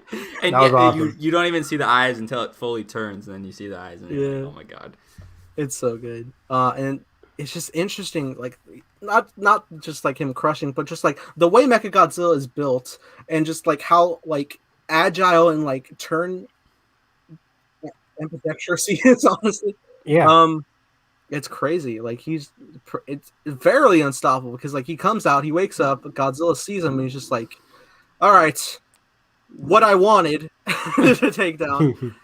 Let's go. And he starts charging, and then just the missiles comes out, and he's just like, ah, damn it. Yeah, and then they start punching, and this thing can like turn on a whim, like just the complete opposite mobility that Godzilla has. And my favorite part of the design is the little back boosters that he like when he turns for a punch to get maximum momentum. Those back boosters will like kick in and they'll come swing around. And it's not just like, and it's not just a punch. Like he has like an energy disperse. Like it's like a whole deal, and it's like horrible for Godzilla. He's like, okay. Frankly, Godzilla is kind of getting his ass kicked the whole time. He's getting his ass kicked. He gets shoved into a building like a taco. Like at one point, he's Godzilla. He just got finished fighting King Kong, so he's a bit tired. He's a Kong bit is suddenly worthy of a challenge. All right. No, I found it interesting power set of just like it seemed like a triangle, a fight triangle of power. But I mean, straight up, Godzilla not just getting thrown at buildings. At one point, he grabs him by the neck a few times, and he's like, building, the building we're watching from. Like, did he like lift him up at one point? I can't remember specifically. When he grabbed him, he might have like tossed him or something a couple times. I know when he did like the first like energy punch, he straight up like fell down. Like he's just, like the camera falling with him is so good. And then as that stuff is going on, the humans like refine Kong, his heart slowing. Light up Las Vegas, we're going to. He's brought back. It's straight up a defibrillator. It really is, which is great. And it's team up time. Yeah, and we get that coward joke. That was funny. Like one kind of human moment. In the movie. I need someone to explain to me why that was the loudest reaction in both my screens. Was people love that for some reason too. Yeah, I mean, I liked it too, but I was just like, why is this the loudest? Cheer for the monsters, damn it. Cheer for the monsters fighting. People really loved that joke and the what was the other big joke in the movie? Monkey. Tap water. People love the tap water and the coward joke. I thought the tap water was funny the first time, and then it got old. But the first time I've seen this movie 3 times. That poor kid. What is he? He was in Taika's first movie, right? He was in Hunt for the Wilder People and Deadpool 2. That's right. I beat you, Nathan. Good for him. Oh, did you? Well, on my angle, we said at the exact same time, so blame the Wi-Fi. But anyways, team up for the 80s. Let's get it going. We get the resurrection. He's the villain. He's the one. You got to beat him up. Kong is Please be careful. And I'm just like, my heart. And then Kong gets ripped in half. No. Oh my god. No, Kong gets up and he's like gearing up and he smacks his arm against the building to put it in its place. And he screams, he screams and he cracks it back with an angry face. And I'm like, oh my god. That was pretty cool. I was not expecting that. That was cool to see. But, gentlemen, I'm glad we did the rewatch of this franchise because Mechagodzilla grabs Godzilla by the jaw and goes to open it to just finish her in the first movie. Yeah. And I'm like, dear God, no. Oh my God, yeah. That was about to be bad. Yeah, because we've seen what that beam does. And then Kong jumps up and just flings his head back into the sky.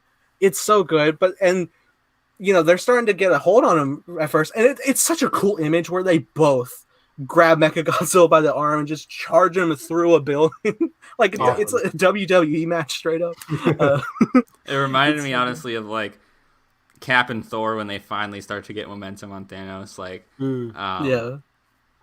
And you're just like, yes, Mjolnir is here. We're going at it. I feel good. The score is booming. It reminded me of Bucky and Cap versus Iron Man. It's just like the rapid, like everything's in sync, and you're just like, yes, like it's not even planned. Each other's like, shields. And they know each other's moves, and they're just like, Just it's so good. It's so great. But then, they do start kind of like getting back down against Mechagodzilla, and it's a struggle. Yeah, and the freaking tail. Can we talk about the tail? The scorpion. That thing is terrifying. Which tail? Mecha's tail. Mechagodzilla.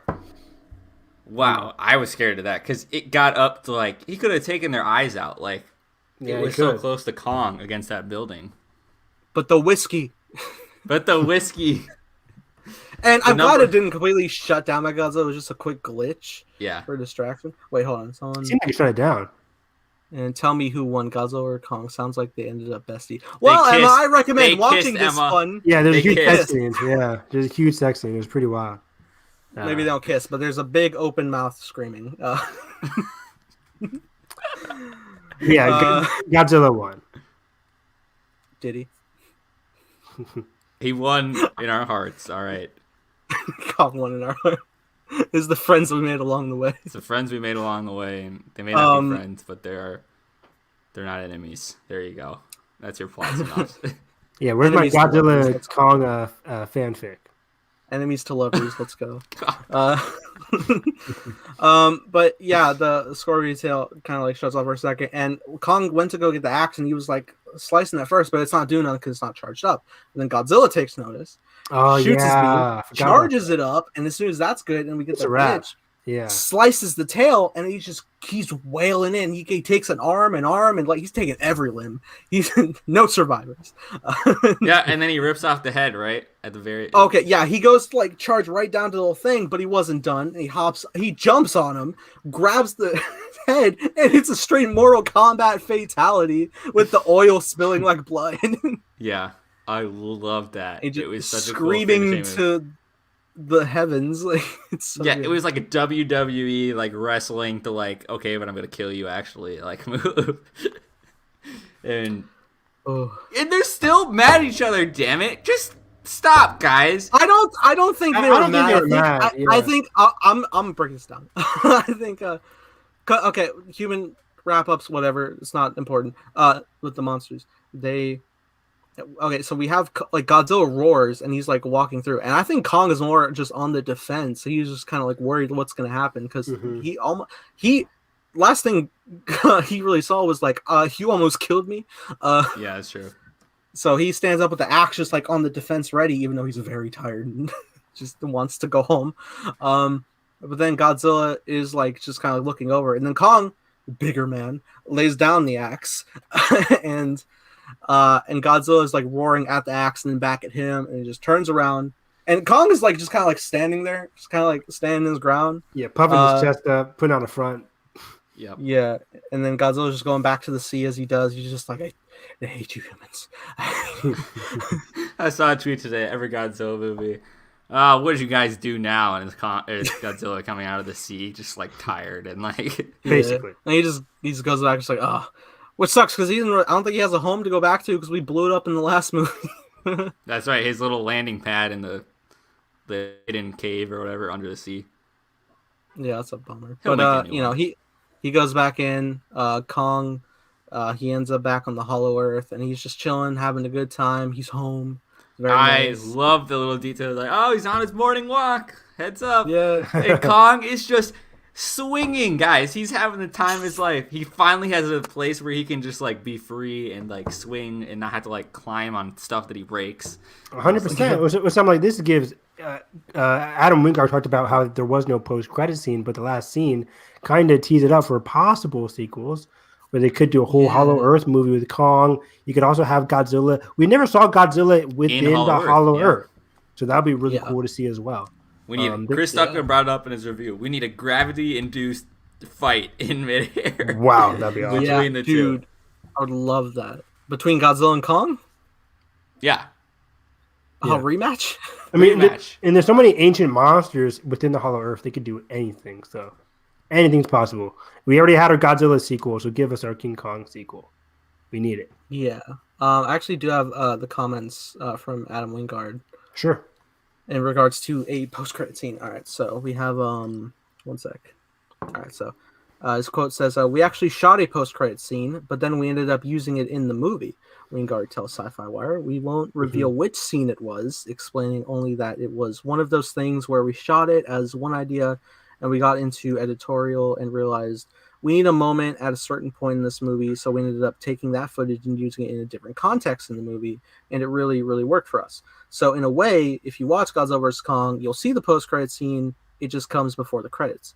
So the last scene. So I'm assuming it's the last scene, I don't know if it's right? the last scene.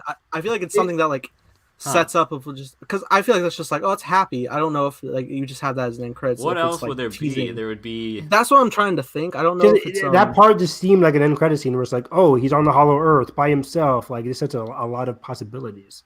So there's nothing else that really.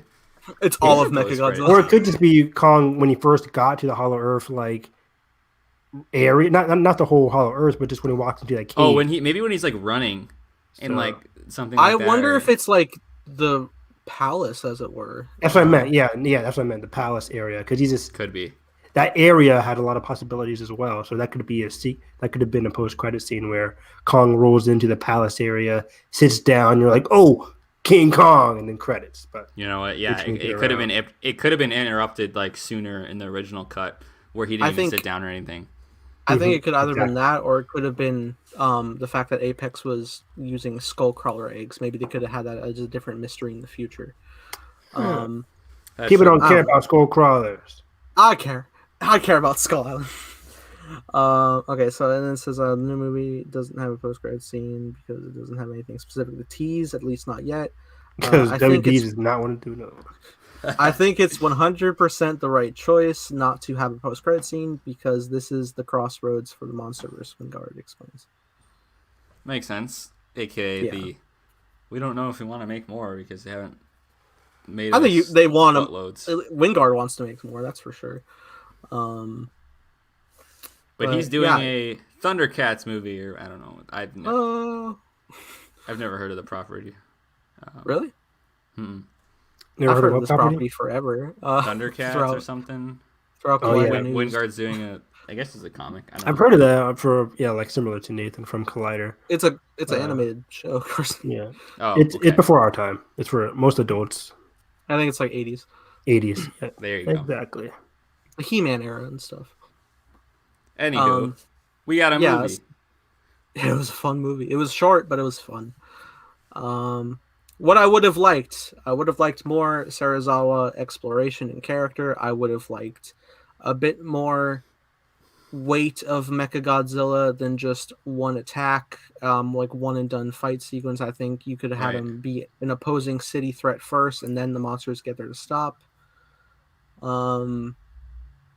Otherwise, I had a blast, I would say. I think also I would say I think it would have been, with the way the movie presented, I think it would have been more emotionally satisfying if Kong was the victor, but I also am understanding as to why he was not. I mean, the whole time leading up to this, I'm like, okay, Godzilla is the stronger being, but most movies like Batman vs Superman, like an underdog, so the movie's going to find a way for for Kong to win.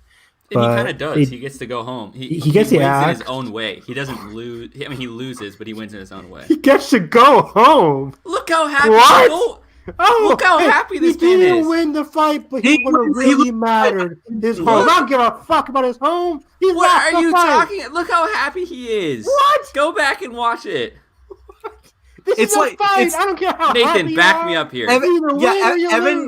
Evan, right now your energy is like Rocky 1 and 2, where like Apollo won, but he's like, no, rematch, and Rocky's like, what are you talking about? I want to live my life, man. Exactly. No. And Rocky lost. You didn't win, Rocky. You fucking lost. Oh, that's what I'm saying, but Rocky doesn't care. There you go. But you should care. This is a fight. Jeez. It's like me going into a fight and being like, I got my ass knocked out. But hey, you know what? I found the girl in the end. So it's I'm perspective. That is way more important in life. No, give me the win. Give me the W. Evan, what the hell? Whoa. Come on. You need to set priorities, man. This guy is going to dominate Big Brother, whatever, season 42 or whatever. Big Brother Canada. Evan's going to emigrate to Canada so he can get on Big Brother. Watch out in the house. The live feeds are going to be vicious. I'm just saying. Somebody asked me, Evan, who won the fight? Well, you know what? Kong really won because he found his home. Hey, that's the cheesiest thing I've ever heard. I didn't You mean lost. That's it. Come on.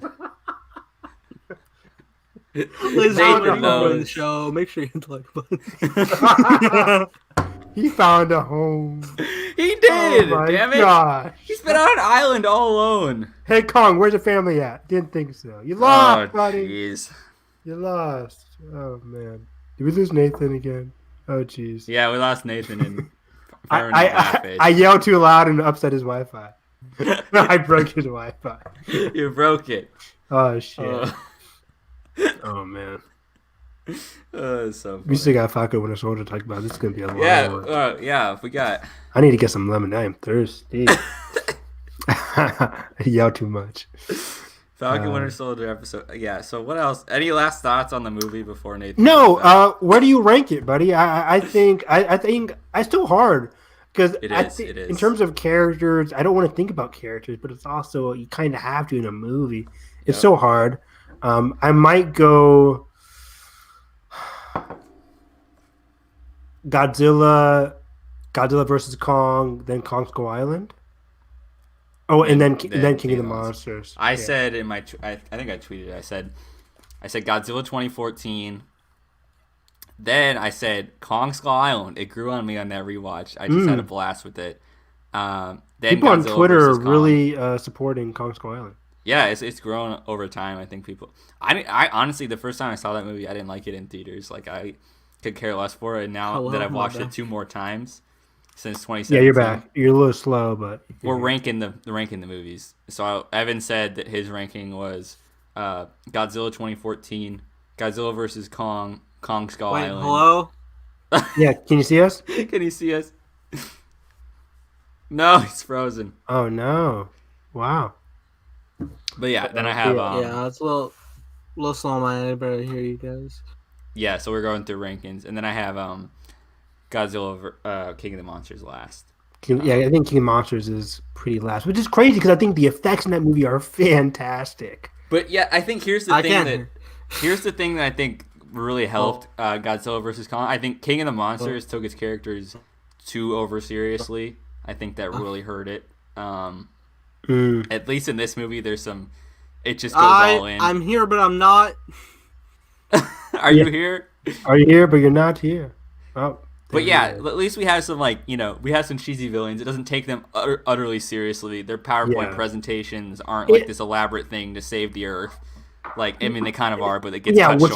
which really ruined that movie for me. Yeah. But in this one, the movie starts with Kong, so we see Kong from his perspective. We get to more understand his feelings more. And that's new because even in Kong Skull Island, we get brief flashes of Kong's perspective. But it's usually just from like someone who's lost from the group and like just seeing Kong in the wild, and so I love that we got that new perspective. I think it really helped, and then having the one human character that kind of actually grounded the thing, the kid, I think was really good. So that she was fantastic. Made this movie stand out. Agreed. Yeah, overall I liked it too. Solid 7.5. It's a fun movie. Yeah. Nathan, are you back, buddy? Nope. Doesn't seem like it. Frozen in time. Well, I think it's time to switch my background to Yes, go ahead and switch over to Falcon and Winter Soldier. We'll get back to when Nathan gets here.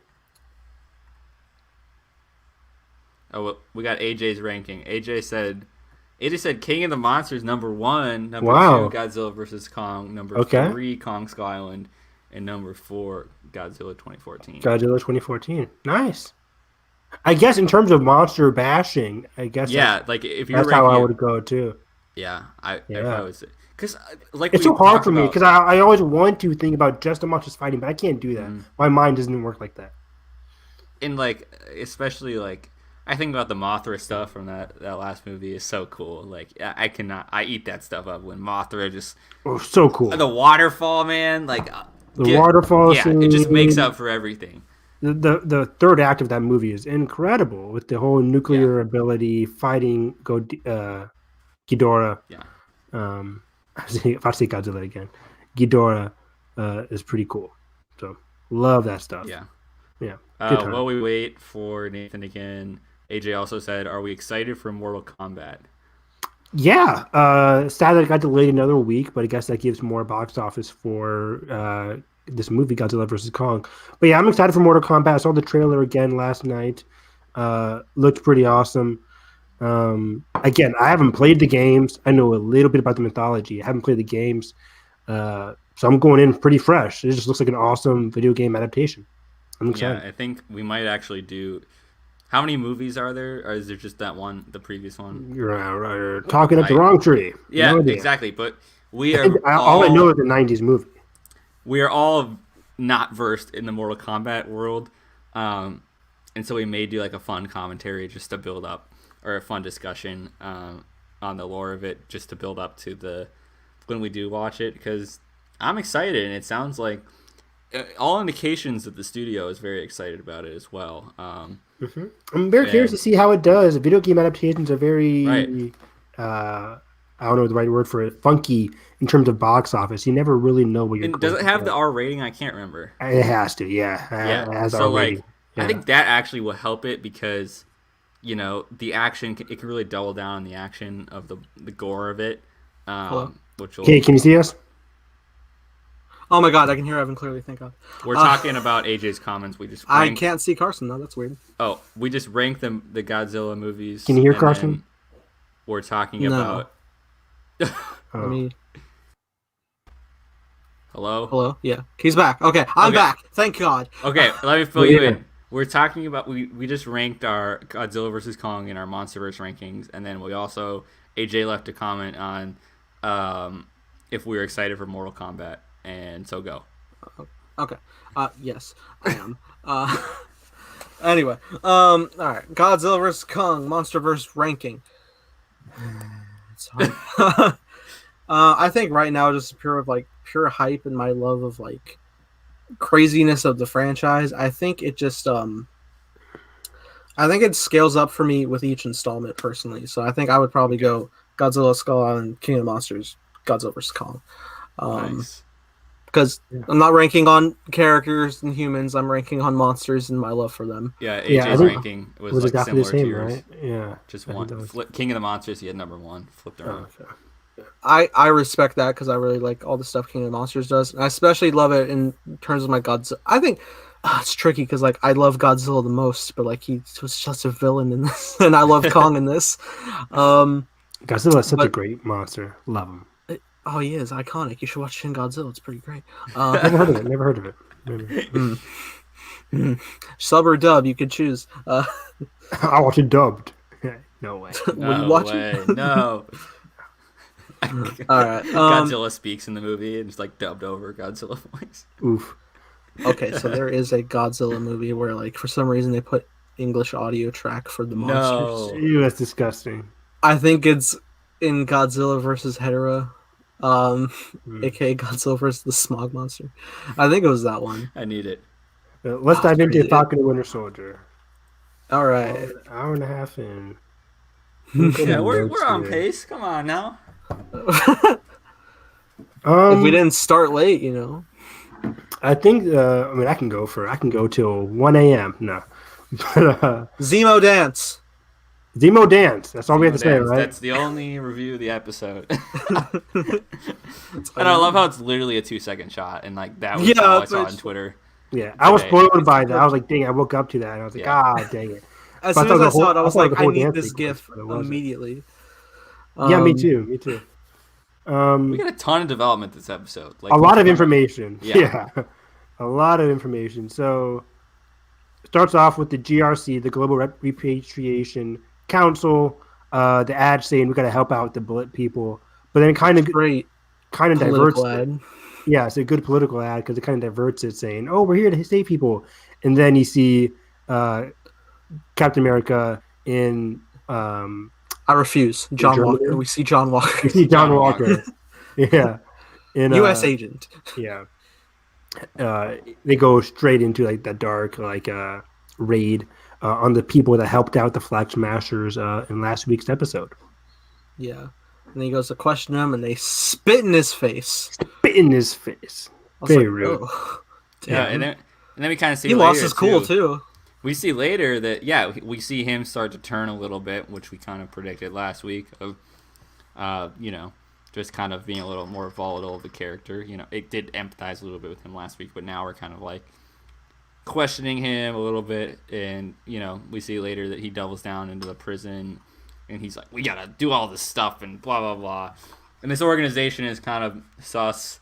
They got all these supplies, but aren't helping people. So starting to get the vibe that there's this group of like refugees and people that just like, because of everyone's focused on the people that came back, that everybody that was there and was never really helped from when the blip did happen, or not the blip, the snap, that kind of just persisted, and so now they're kind of in this situation. And we got some great Aaron Kellyman development this episode. Yeah, it's very interesting because last week we dived into more sympathetic of the Flag Smashers because we saw that sympathizer that spit in his face helping out the Flag Smashers, giving them beds, food, helping them out sympathetically. Like, there is a cause behind this. It even referenced in this episode saying, come on, Walker, you got to understand, when you're giving food and supplies to people, they're going to be on their side rather than on our side. But at the same time, we got some development with Aaron Kellyman's character, and by the end of the episode, that kind of also does like a twist where she starts murdering she murdered all those people with that explosion.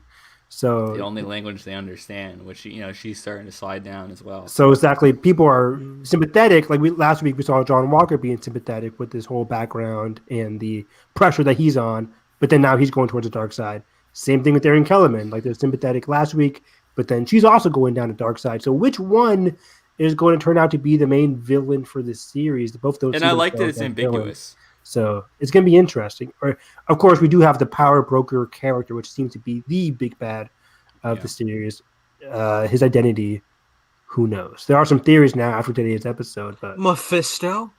Oh, gosh. Power broker is the new Mephisto. Oh, here we go. But yeah, that was really cool. I like seeing John Walker get angry and upset. And he's trying to stay above board, but he realizes that he can't stay above board. He's just going to cheat on somebody else's paper by leaning on to see what Sam's doing. Yeah, I love, like, he lost Cole and he was like screaming, like, you know who I am? And dude was just like, yes, I do, and I don't care. It's like, hell yeah.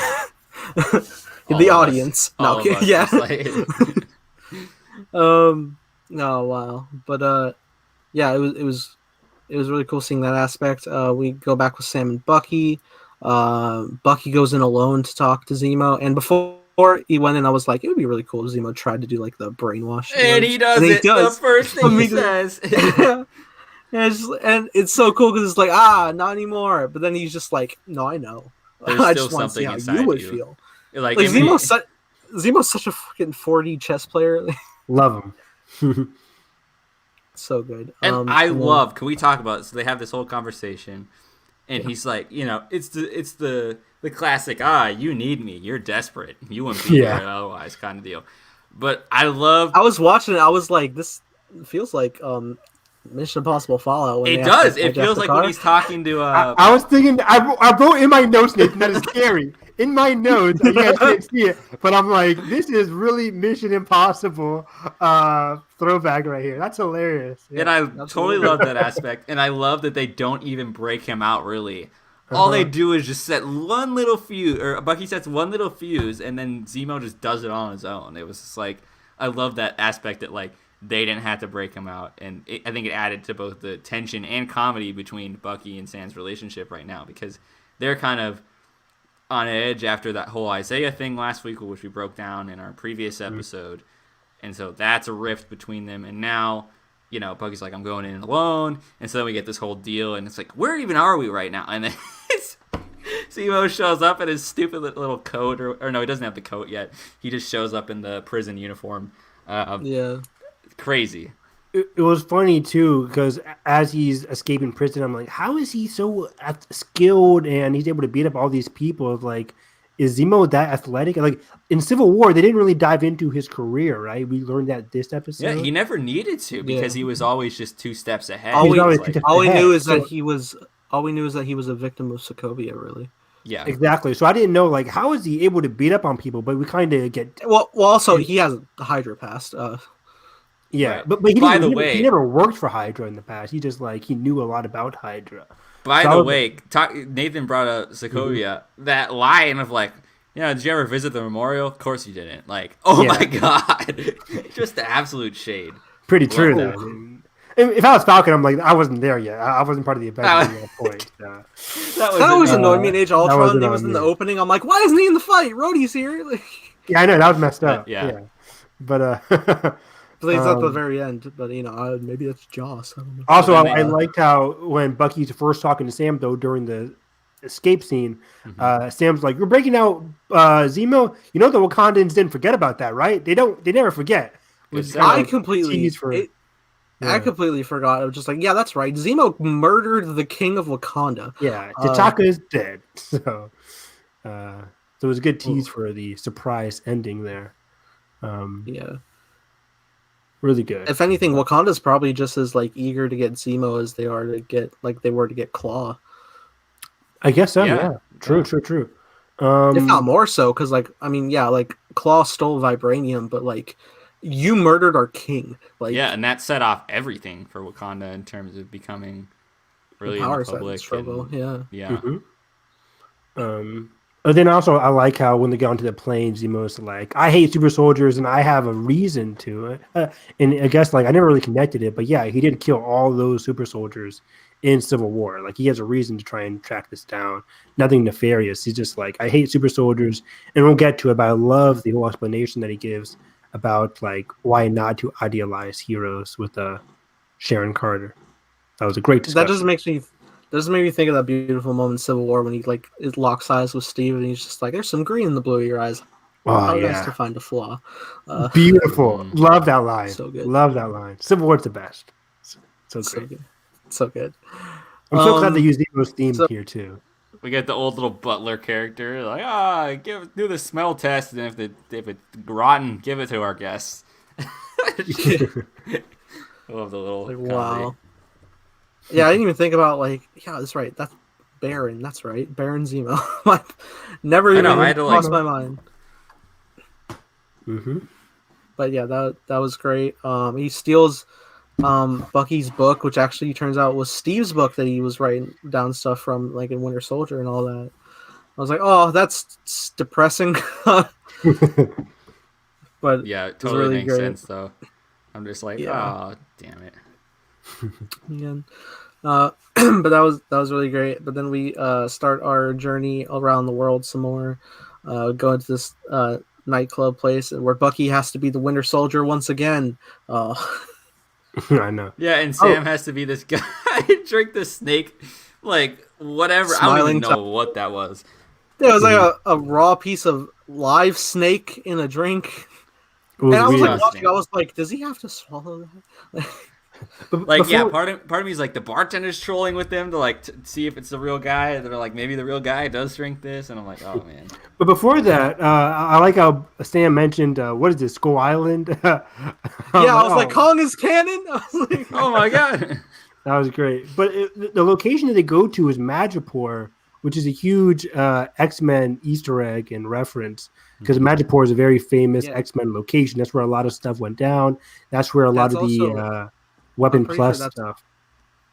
I think that's also the one of the homes of Gambit in the comics. I was hearing. Yeah, interesting. I think so. Yeah, I mean, it's just where a lot of mutant activity happens on Madripoor. I like which it is, too because which is funny because.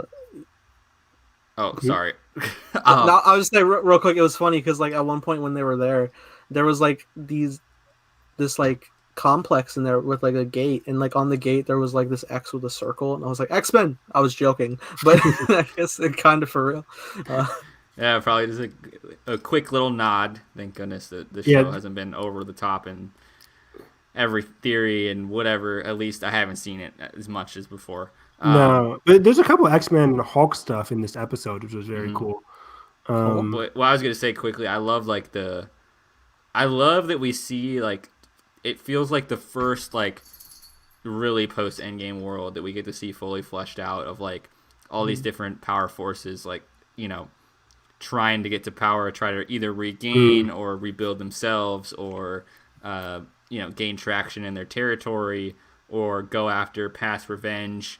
Or just it feels like a fully realized thing versus the tail end of a story that we already know. It feels like that next chapter really. WandaVision of course does too, but it's so connected to that grief of what's happened That and it's pretty isolated. This one's more expansive.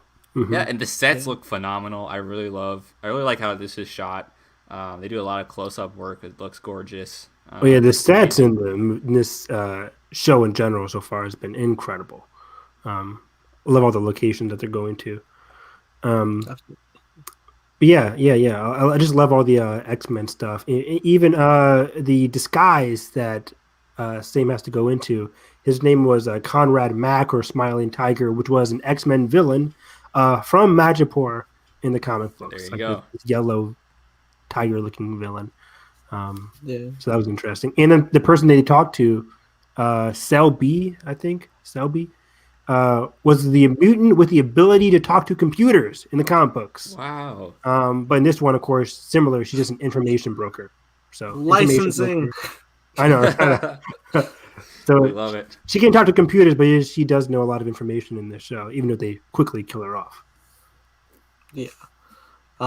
Which is like a great sequence, like in the bar and stuff, how Bucky has to go full Winter Soldier, and that score they have for Bucky is just so good.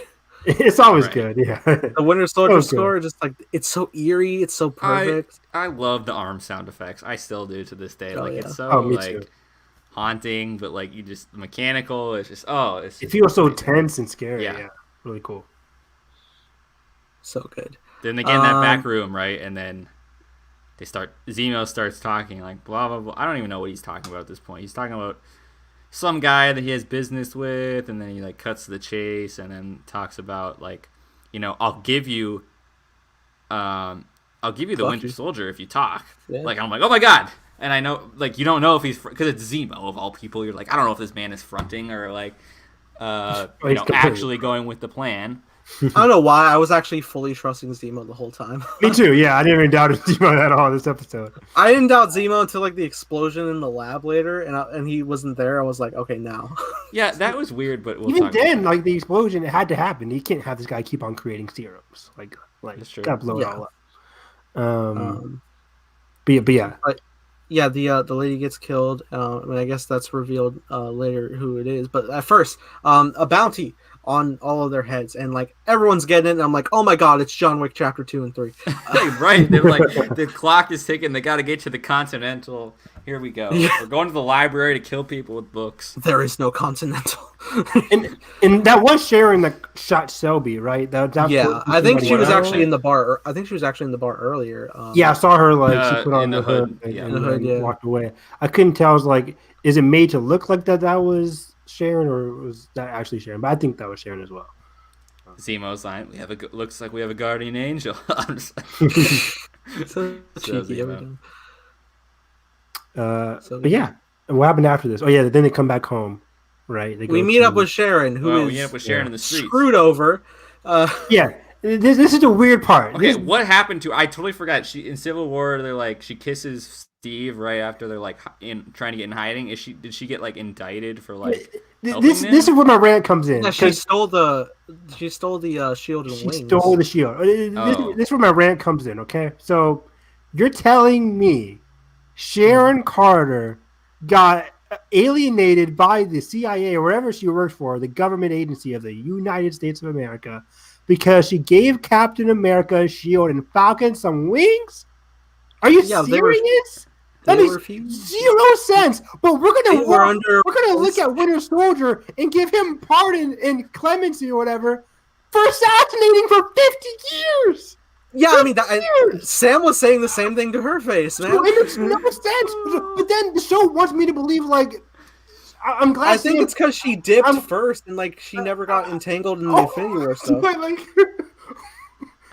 So because she didn't fight a big alien creature, she's still on the run. Look, I can explain this to you. I can explain this to you if you'll listen. Like, it makes no sense whatsoever. Like, just go talk. She's got to move to where is this? Like, the show is wanting us to believe. Yeah, I can make sense out of it. I can make sense out of it from the factor of like she probably dipped before the Civil War battle. She did. To where who knows? Maybe I guess Steve doesn't know because he just went to break everyone out of prison at the end of the Civil War, and then they're on the run for 2 years, and then they get wrapped up in the events of Infinity War, where I guess they wouldn't have time to go find Sharon or anybody, so she's just kind of on her own. Yeah, but still, why is she out of the United States? Why can't she still walk back in? Wanda just got finished destroying a town, and she's fine. No, she's not. She's on the run. Sharon's on the top of their priority list after all of this? Like, who is the government agency who's going to arrest Sharon? Sharon, I don't know, man. I'm number one. Even Captain America, the guy who saved the world, his shield. Look, man, I'm still annoyed that someone's still enforcing the Sokovia Accords, man. Like, none of this makes sense. The show wants me to believe, like, oh, man, I feel so bad for Sharon. I can't feel bad for Sharon because I don't get it. Like, it just maybe she's not fully aware of the clarity. I mean, they tell her, but they tell her multiple times. They tell her, but could she really believe it when she lived this life for 5 years? I don't know. Yes, just walk back in. What can possibly happen? Like, we know by the end of the series, Bucky's gonna be like, "Oh, she's good now," and then she's fine. But like, why does that need to happen? Just walk back in. Who's gonna be the government agency to write all that paperwork to? It just makes zero sense. It sounds like the CIA is a mess, and we get into the whole deal with like Ross is still out there. The 5-year thing is crazy because the scientist was, we'll get into it. He was there's a lot snapped, and there's that whole deal of like they dropped the program, and that's crazy. And then like was Sharon snapped? I don't think so. No, she was. Sounds like she's been. It sounds like she was been there for a couple of years to establish her organization. Yeah, what is she? Is she selling? What is she even doing? Like selling art and shit. Yeah. Okay. Illegal dance clubs. Yeah. That's why. Because of the art. After that, and I kind of like the scene though, when they're chilling in the house about Sharon and Zemo discussing the idea of heroes and why heroes shouldn't be idolized. It's very. I was watching the show and I'm like, what is this reminding me of? I just watched something about this, but it reminded me right to My Hero Academia. Now they haven't discussed this too much in the anime, but they kind of will a little bit. It's not a spoiler. I won't get into spoilers, but no, it's fine. Say what you want to. I was just like this was discussed in season 2 specifically with the character of Stain in My Hero Academia, where his main mantra is that heroes shouldn't be idolized because there are heroes with flaws, and some heroes use their fame to hide their flaws or do not everyone's All Might. Endeavor has a secret past that isn't the best. But so there's certain heroes that like shouldn't be idolized because they do have flaws.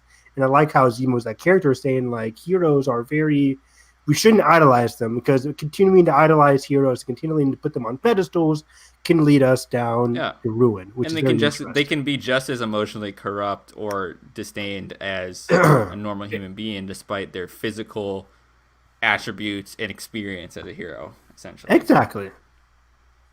That's it. Is Nathan here? Can you hear that? Put it. Okay. You're good. No spoiler. No spoilers. But yeah. It was everything's a spoiler. No, okay. When we talk about My Hero season 6, though, that would be a spoiler. That's 2022, though. Anyways. Didn't season 5 just premiere? Yeah, didn't season 5? Doesn't season 5 just start? My Hero comes on every year. It's been airing for 5 years now. I'm late. Okay, I get it. 4 years.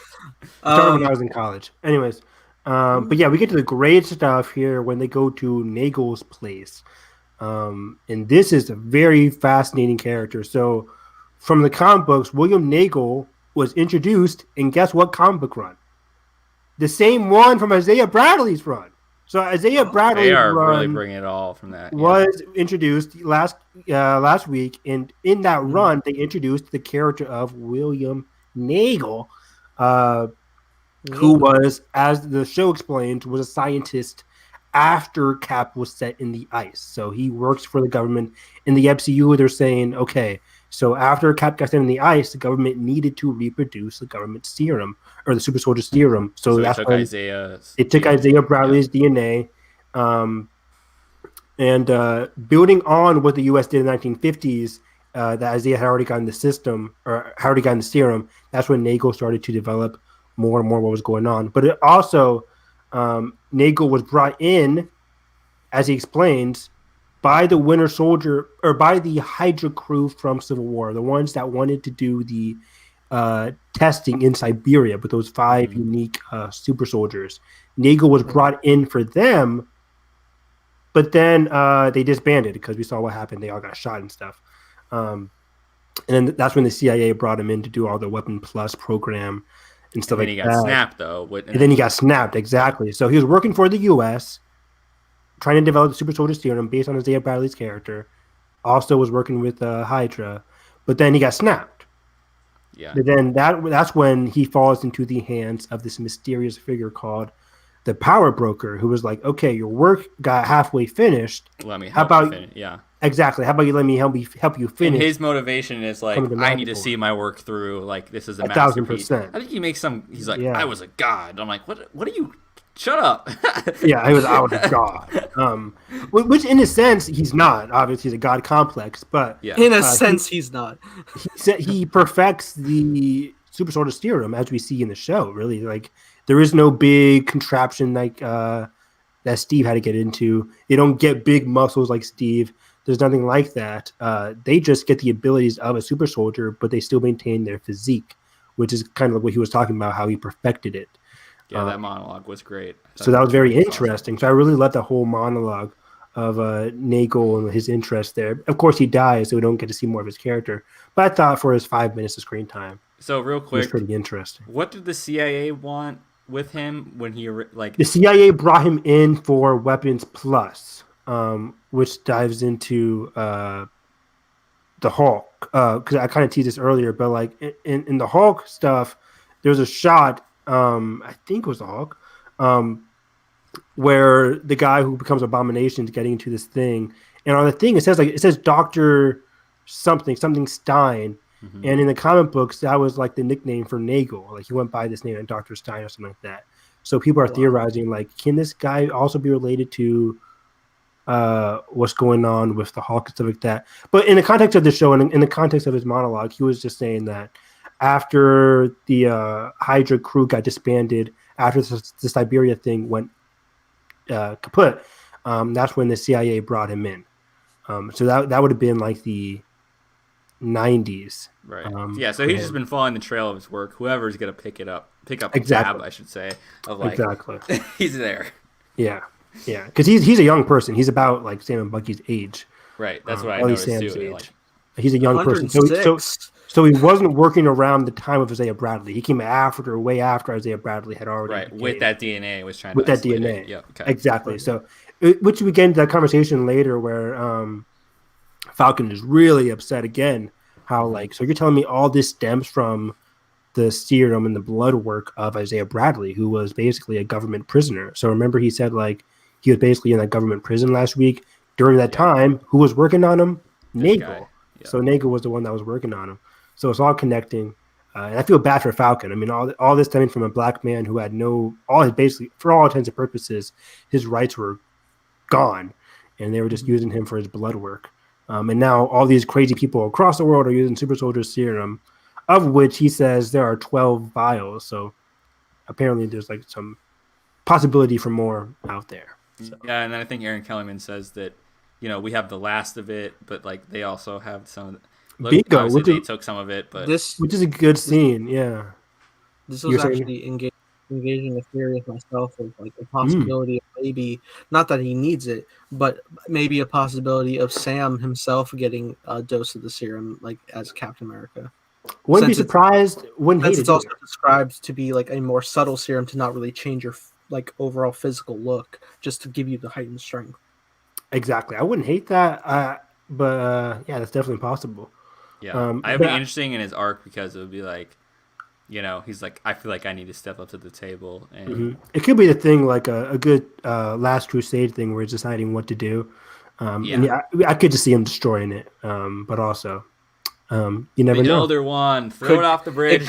Yeah, or it could come down to the thing where like he needs an extra bit of strength, no matter like how strong he is, he's still mortal.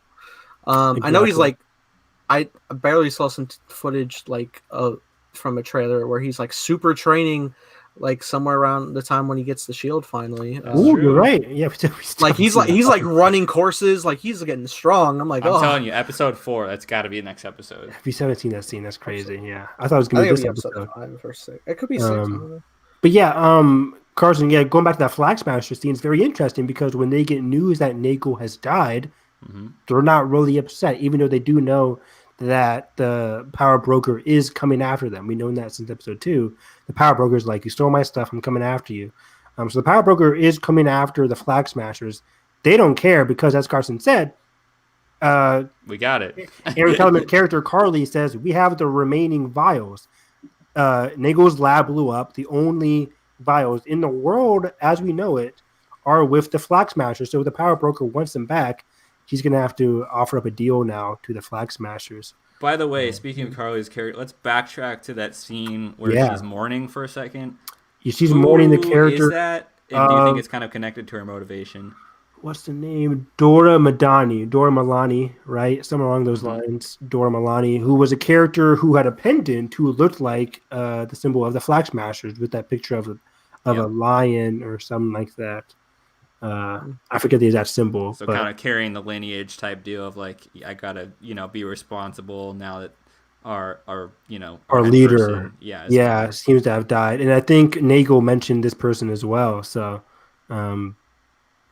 that person seemed to be kind of like a mother figure, kind of like a mother leadership role to them. Nathan, reminded me in Last of Us 2 how like the those people had like that religious mother figure in Seattle. Yeah, those people in the woods who were like I forget the names right now. They like string people up and like cut their guts out. Like Jesus. Exactly. Like it's so crazy. So crazy. So lovely. What an expansive world. Incredible. But yeah, which is like where one of the girls come from that Abby takes, right? Exactly. Yep. Lev and Lev Abby. Our trans character, right? Exactly. Yeah. Who my friend didn't know was trans until the credits of the game. We stand. I'm like, there's so many quotes.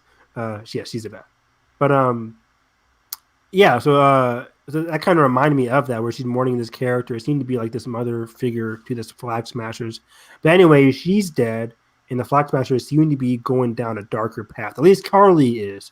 The other guy was pretty shocked to see what Carly does towards the end of the episode. I like that character too. He was a good actor. I really liked him. Yeah, me too. I was kind of surprised by what Carly did because again, I thought the show was really going to dive into like the Flag Smashers are not the villains. They're a very sympathetic group, which they are. They have a sympathetic cause, but you blew up an entire building.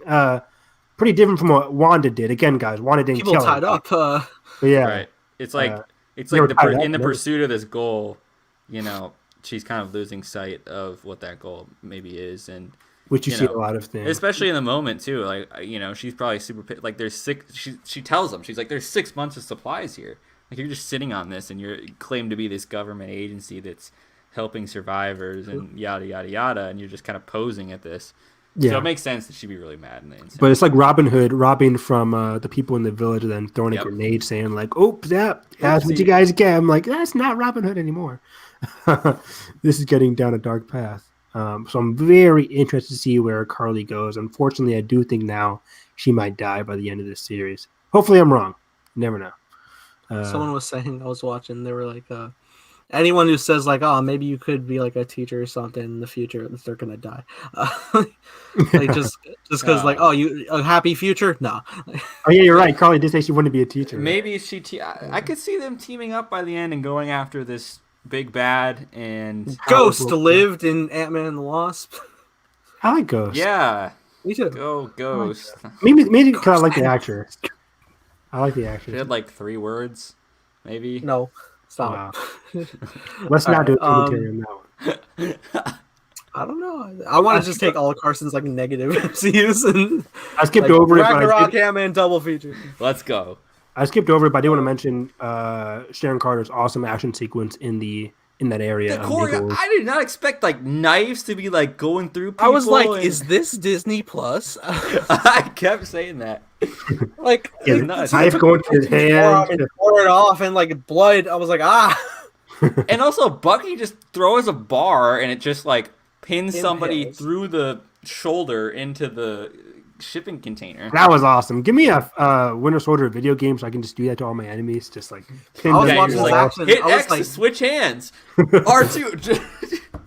I was like, this is John Wick and brutality. Like it just keeps going. Ooh, Good it's really scene. good. And Zemo just like puts his little purple mask on. For no He's like, reason. I'm gonna, do some flips and stuff, and show off.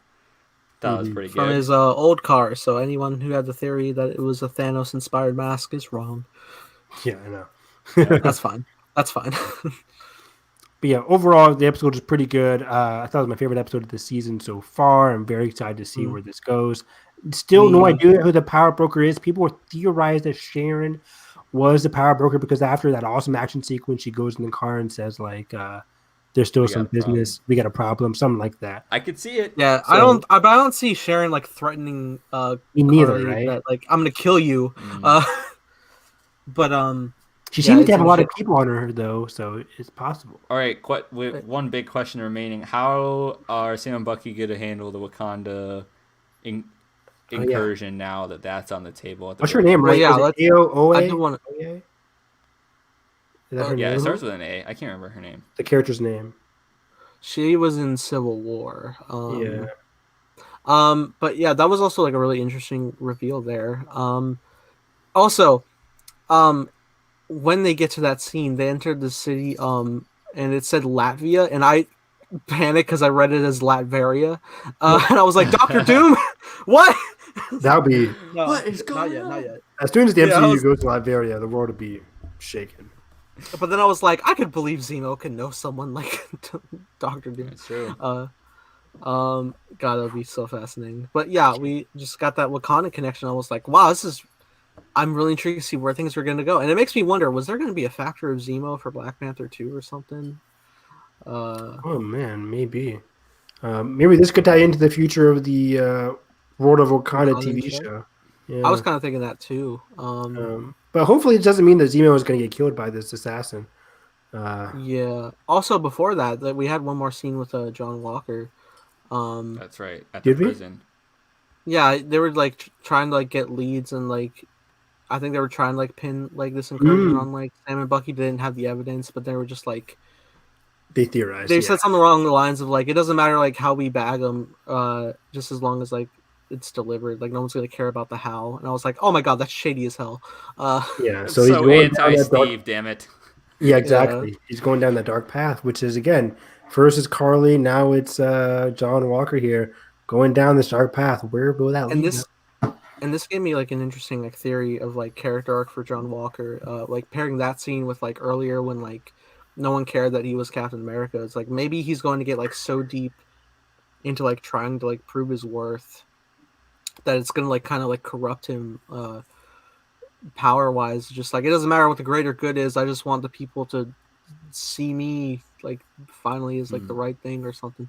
And I feel like that could enter like a more villainous aspect. Maybe like he'll want to be on the hunt for the serum when he finds out, because like he wants to be the Captain America. I love that. That'd be awesome. Because I forgot, he's super well trained, but he's, I want that more over the Sam angle. Yeah, if anybody's going to get the serum, it's 1,000% going to be John Walker. Because I would rather have Sam like outsmart them and beat him. Yeah, naturally in a heroic way. I thought like before the series started, I thought John Walker already had the serum. I thought the government gave him the serum, which was I was surprised also in episode 2 while he didn't. He got his butt kicked by those people. So very curious to see when he gets a serum because it's going to happen. We got 3 episodes left, guys. We do. We're halfway. Halfway there. Halfway there. Copyright. Yeah. It's interesting. I'm loving the show, man. I think it's honestly what I want to see. Now you brought up the outsmarting wise of Sam. I want to see. I just want to see like some mixture of Cap and Falcon action, like from Sam, just like using the wings and the shield all together. Yes. Yeah. That'd be great. And how does he get the shield? Steal. Sharon steals it again. No, full character arc. Nice. Poor Sharon. I'm intrigued to see what the future of Zemo is going to be too, because like I know like Wakanda wants Zemo, but like what's his angle post this? Sam wants Zemo. Wakanda wants Zemo. What's he want? I still think they're setting up Thunderbolt Ross creating the Thunderbolts group, which is like this group of like anti-heroes in the Marvel universe, and he's going to be like, Zemo, you come with me. I have a group for you. Kind of like the anti-Avengers at the end of Iron Man. Zemo's going to be the Tony Stark funding the. I think so. I think like at the end of Iron Man, Nick Fury came in and was like, Tony, have you heard of the Avengers? I think we're going to get like Thunderbolt Ross. Yeah, the exact dialogue. I think Thunderbolt Ross is going to be like, Zemo, have you heard of the Thunderbolts? Credits. And it's like, oh, shit. An Injustice League. That'd be awesome. Oh, my God. Because it's kind of like it'll be like Thunderbolt Ross's Suicide Squad. It's like I need you guys to do jobs that the Avengers can't do. So yeah, that would be interesting. That's my theory. I have no idea what's going to happen. Hopefully he lives. Yeah, we you shall die a see. hero or you live long.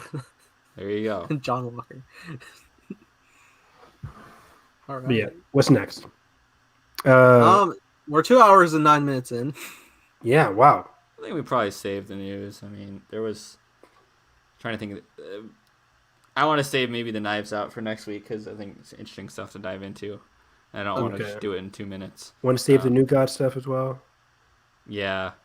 I'm Yeah, we can bummed. save it. There was the trench. Suicide.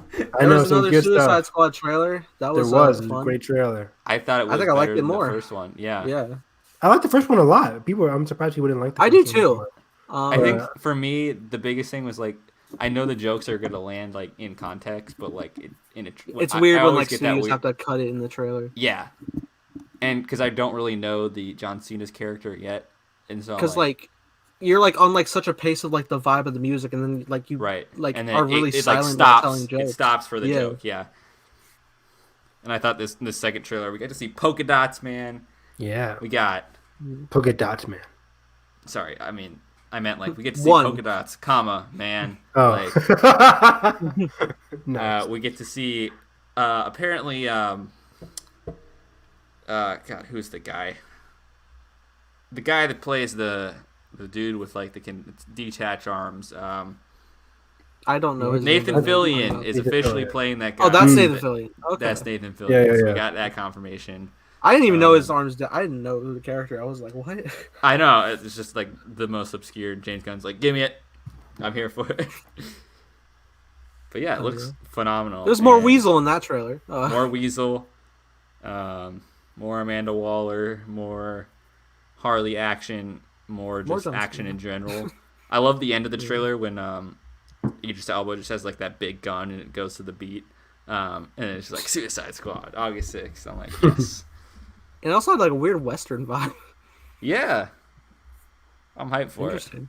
I'm so curious like Absolutely. what that sequence of is going to be when they're like walking in the rain. I'm assuming it's like they're going out to their mission or whatever, but They're on the set of Godzilla vs Kong. they're on the set of Godzilla versus Kong. We get Starro versus Godzilla. To that Whew. point, when earlier when we were talking about how Sam brought up Skull Island, it made me want to edit a Godzilla versus Avengers trailer. Do it. Godzilla would I win. totally could, man. I think I will. But yeah, Thor just like lightning bolts him and it just charges Godzilla. He's like And just blast him and incinerates Thor. I'm would literally love just gonna that. like match the like charging of Stormbreaker with like Kong's axe. Oh my god, Peter Quill is just standing there with his little guns and he just like shoots them and he just starts running. Right. The movie should be called Godzilla Kills the MCU. Godzilla kills the Avengers. You know, and again, there's like a real comic of Yeah, Godzilla Deadpool kills with the the Marvel. Avengers. no, where hilarious. Godzilla and the Avengers fought, and only Yellow Jacket and the Wasp can stop him. According to the cover. That's so. Did they like go inside and like disconnect his heart or something? I don't know. It's got to be something along those Jeez. lines, but it's probably more goofy where it's like stop his breath. I don't know. Yeah. Do we have time for reviews today, or should we hold out on those as well? I don't have one, so if you guys want. Besides Godzilla, what did I saw a lot of stuff. I'll save some for next week because I want to. I want to save stuff because I saw the Mummy and I really want to talk about. Pokemon. Yeah. Oh yeah, you gotta. Oh give man, it yeah. I saw Old Boy. I want to dive into that Yes. because I was blown away by Old Boy. Blown away. Found it on some random website and just watched that at night. It was beautiful. What a movie. So I will save Old Boy, but I did see. What else? did I Evan, see? Pirate's Life. It's a Pirates, eh? Hey now, Nathan. Hey now. Only because it was nowhere on the internet. Nowhere. It's like Memories of Murder. I can't find that one either. Even though I've already seen Memories of Murder. Coming to Criterion, April something. We get extended 4K How is Old transfer. Boy not accessible? Memories of Murder is is not accessible on streaming. Sweet. Yeah, I googled it and it said like nowhere. I think it's only on physical media right now. Were you just trying to rent it? That's it. Same thing for Memories of Murder. I was just trying to rent it so I can watch it in HD. But this website found it for me, which was good. But yeah, I did see the show called Invincible on Amazon Prime. I've been meaning to. I need to check it. It's great. Great TV show. So it is basically their play on the MCU/DC universes. There's a version of the Justice League in this TV show. Of course, they all have different names. The Boy? No, but yeah, it's very similar to like it has an approach which is akin to The Boys. Yeah, but it's very cool. It's very mature. It's following the teen of, I think his name is Mark Grayson, who plays the lead character. His superhero name is Invincible because his superhero father, Omni-Man, is like the strongest person on the planet.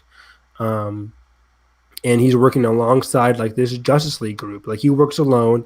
The Justice League are this only other group, but Omni-Man, Mark's father, works for them, works with them.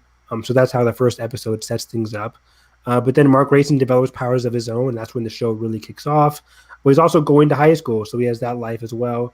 But also he has like this crush that he likes. There's all this like good teen angst that I'm loving. His friends are awesome. It's a very mature show. There's a lot of surprises at the end of episode 1 that really kicks off the series. So there's a good mystery angle for people to dive into. Each episode's 45 minutes, so there's a lot to appreciate. Overall, it's just a very fantastic show. I did not expect to love it. I saw one scene on Twitter, and this dude is like ripping everybody apart. Yeah, don't. And I'm be careful. Yeah, but it's what? Just, like, yeah, don't describe the Carson, but yeah. I saw a fan said like, who's the hero who's like in like red and white with the mustache? That's Omni-Man. Is that like the mentor figure guy? So yeah. Someone was suggesting Omni-Man versus Homelander, and they were tagging Amazon and stuff, and then Anthony Starr, who plays Homelander, replied like that would be really cool, but we'd have to decide whether it's animated or live action. And then Amazon themselves replied, we would vote live action so that we could see this beast go head to head. And it was the photo of J.K. Simmons working out for Commissioner Gordon. And then I looked at Omni-Man. I was like, that does look like Jameson from Spider-Man cartoons. Yeah, he's voiced by J.K. Simmons. He's so great. Is he really? Yeah. Omni-Man is J.K. Simmons. That's why they did that. Yeah. Oh my god. Yeah. Is animated J.K. Simmons just destined to be Joe? The voice cast in this show is great. The wife called Debbie is played by Sandra Oh. So she's great. I forget who plays Mark Grayson. Stephen Yeun. Stephen Yeun plays Mark Grayson. J.K. Simmons is a father. I have also learned, quick note, that Steve's last name is actually pronounced Yeun. Stephen Yeun, okay. Yeah, because I saw a clip of him what on were you Kimmel. saying? Yoon. I always said Yoon too, but it's Yeun, and I'm like, I saw a clip of him on Kimmel, and he never corrects anybody because he gets like embarrassed about it. Man. But I'm like, I feel so bad now. Yes. You know how times people have said my last name Rojas is just all right. That's unheard of. So I'm like, I'm gonna make a better effort to pronounce names now. Thank you, but also I don't know how to get your last name wrong. That's just crazy. There's also a fluentness where like every time someone asks for like my family's name, we're always just like Rojas, and then we physically spell Rojas because they're gonna write an H. Yeah, that's crazy. There's a kid in my class named Jesus, and it's Jesus, and I people always say, do people say Jesus or something? Like, come on, Jesus. What'd you get for number 3, Jesus? Oh God. But yeah, Invincible, fantastic. Ironically, show. I will reference Jesus as Jesus, like just for fun. Wow. But yeah, the first 3 episodes are already out for Invincible. They aired. I think the first 4 are out. So, yeah, the 4th one came out last night. So 4th one is now out. So there's 4 episodes on Amazon Prime. Go watch it. Fantastic series. 45 minutes per episode, so you can binge it in one night. Do you see it going like multiple seasons? You think they're already planning a season 2? It's based off of a comic book run. I haven't read it yet. I do have Comixology Unlimited that I pay $5.99 a month for. So I would recommend reading the books on Comixology if you want to, but I think I might wait till the end of season 1. I still haven't read The Boys because I want to be spoiler free on that one too. I want to be just after 2 seasons in. You can I kind of just already invested. I don't want to see what's ahead, even though I kind of know some things already. But I'm like, whatever. But overall, yeah. I also saw some other movies, but I'll wait again till next week. Oh man, You tired? Well, it's just like God. I went all in on Godzilla, and then I had to fight Wi-Fi, and then I got. It's a battle.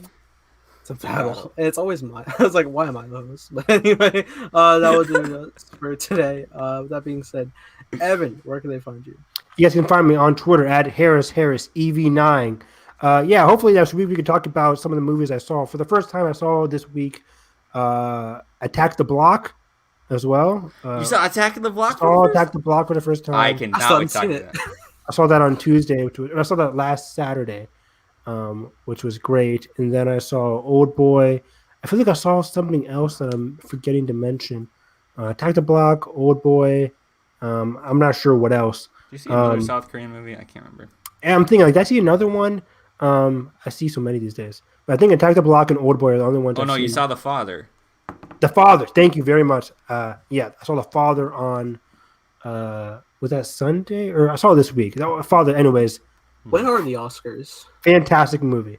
Oscars are in April, the end of April. April 29th, the 28th, I think, something like that. Okay, I have time. All right. Which I'm upset because I got to the theater late. I was very rusty. I got to the theater late. Same. So I missed like the first 2 minutes of The Father. But I got the gist of it. The Father overall, a great movie. So there was like a big payoff at the end from like the first scene. I'd be so upset. Circle ending. But The Father, Attack the Block, and Old Boy I'll discuss next week. Attack on Titan did end last Sunday. The final season, part 1, ended last Sunday. So that was great. So Attack on Titan is my life. The manga is ending. By this time next week, I will have read the final chapter in Attack on Titan. So tears are going to be flowing next week. There's going to be spoilers everywhere. So I feel sorry for the people that are watching the anime. Because all my friends are like, Evan, I don't want to get spoiled. What should I do? I'm like, you're screwed. But anyways, Attack on Titan was great. Can't wait for next week. Had a lot of fun today. Godzilla versus King Kong was a blast. Find me on Twitter again at HarrisEV9. Carson, where can they find you? Yeah, you guys can find me on Twitter at @thefilmcarson. And yeah, I've just been catching up on. I've been getting back into some Star Wars stuff, guys. I watched some episodes of the newly released old Clone Wars, OG Clone Wars, Tarkovsky's Clone Wars miniseries. Yes.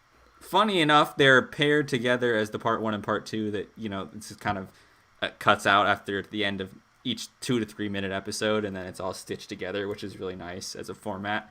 So I'm about halfway through that. I put it on after Falcon and Winter Soldier today.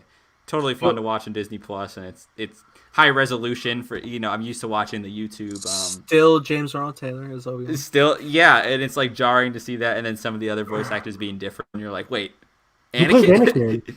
That's not Matt Lanter. It's not. Anakin. It's way more like angsty and like kind of trying to emulate. It sounds like Hayden. Yeah, it does. It does. Interesting. I didn't even know that was Matt Lanter. So how's the format? Like, what's the length of each episode? So there's only 2 episodes, and episode 1 is an hour each. Is episodes 1 through 20 technically of the series. There's only because I'm pretty sure they were like 1 through 20. It was a micro series, so I think they were like few minute shorts that they would show. They're like, 3 to 4 minutes in between each. Cartoon Network shows. Yeah, that's how I remembered it growing up as a kid. I'm like, I just remember seeing the shorts. I never watched the full package. And then episodes 21 through 25 are longer, I believe. And so that's why I just remember seeing Mace Windu crush Palpatine or Grievous's. Grievous showed up in one of these episodes, and he legit has like one of those like things you see when knights ride horses. Mm-hmm. And he like runs into a clone like tank with like a horse like ram thing, and it's like Mad Max Grievous, and I'm Grievous like, oh my god, is phenomenal. That dude's coming back into canon into one of the comics coming up. Oh yeah, that bounty hunter person. That's right. Yeah, the bounty hunter guy. Yeah. But yeah, Star Wars. Yeah, I mean, that's really cool. Dude, I love the Anakin, Vader vision in that micro series. It's really cool. Yes. And the whole like battle between Anakin and Ventress on Yavin is also really great. Yeah, I just got Ventress intro today, and it's super cool because she shows up right next to Dooku, and he's like, "Your skills are impeccable, yada yada." But I wasn't looking for assassin, and he's staring at like this battle pit and basically making her prove her worth of like going to kill all these people down. And she jumps. I love down that they brought Ventress into canon for Clone Wars, and then like really fleshed her out. And you guys have to read Dark Disciple. The best Asajj right. Ventress story to ever exist. Tears in the Rain. I think the forward is by Katie Lucas. Phenomenal.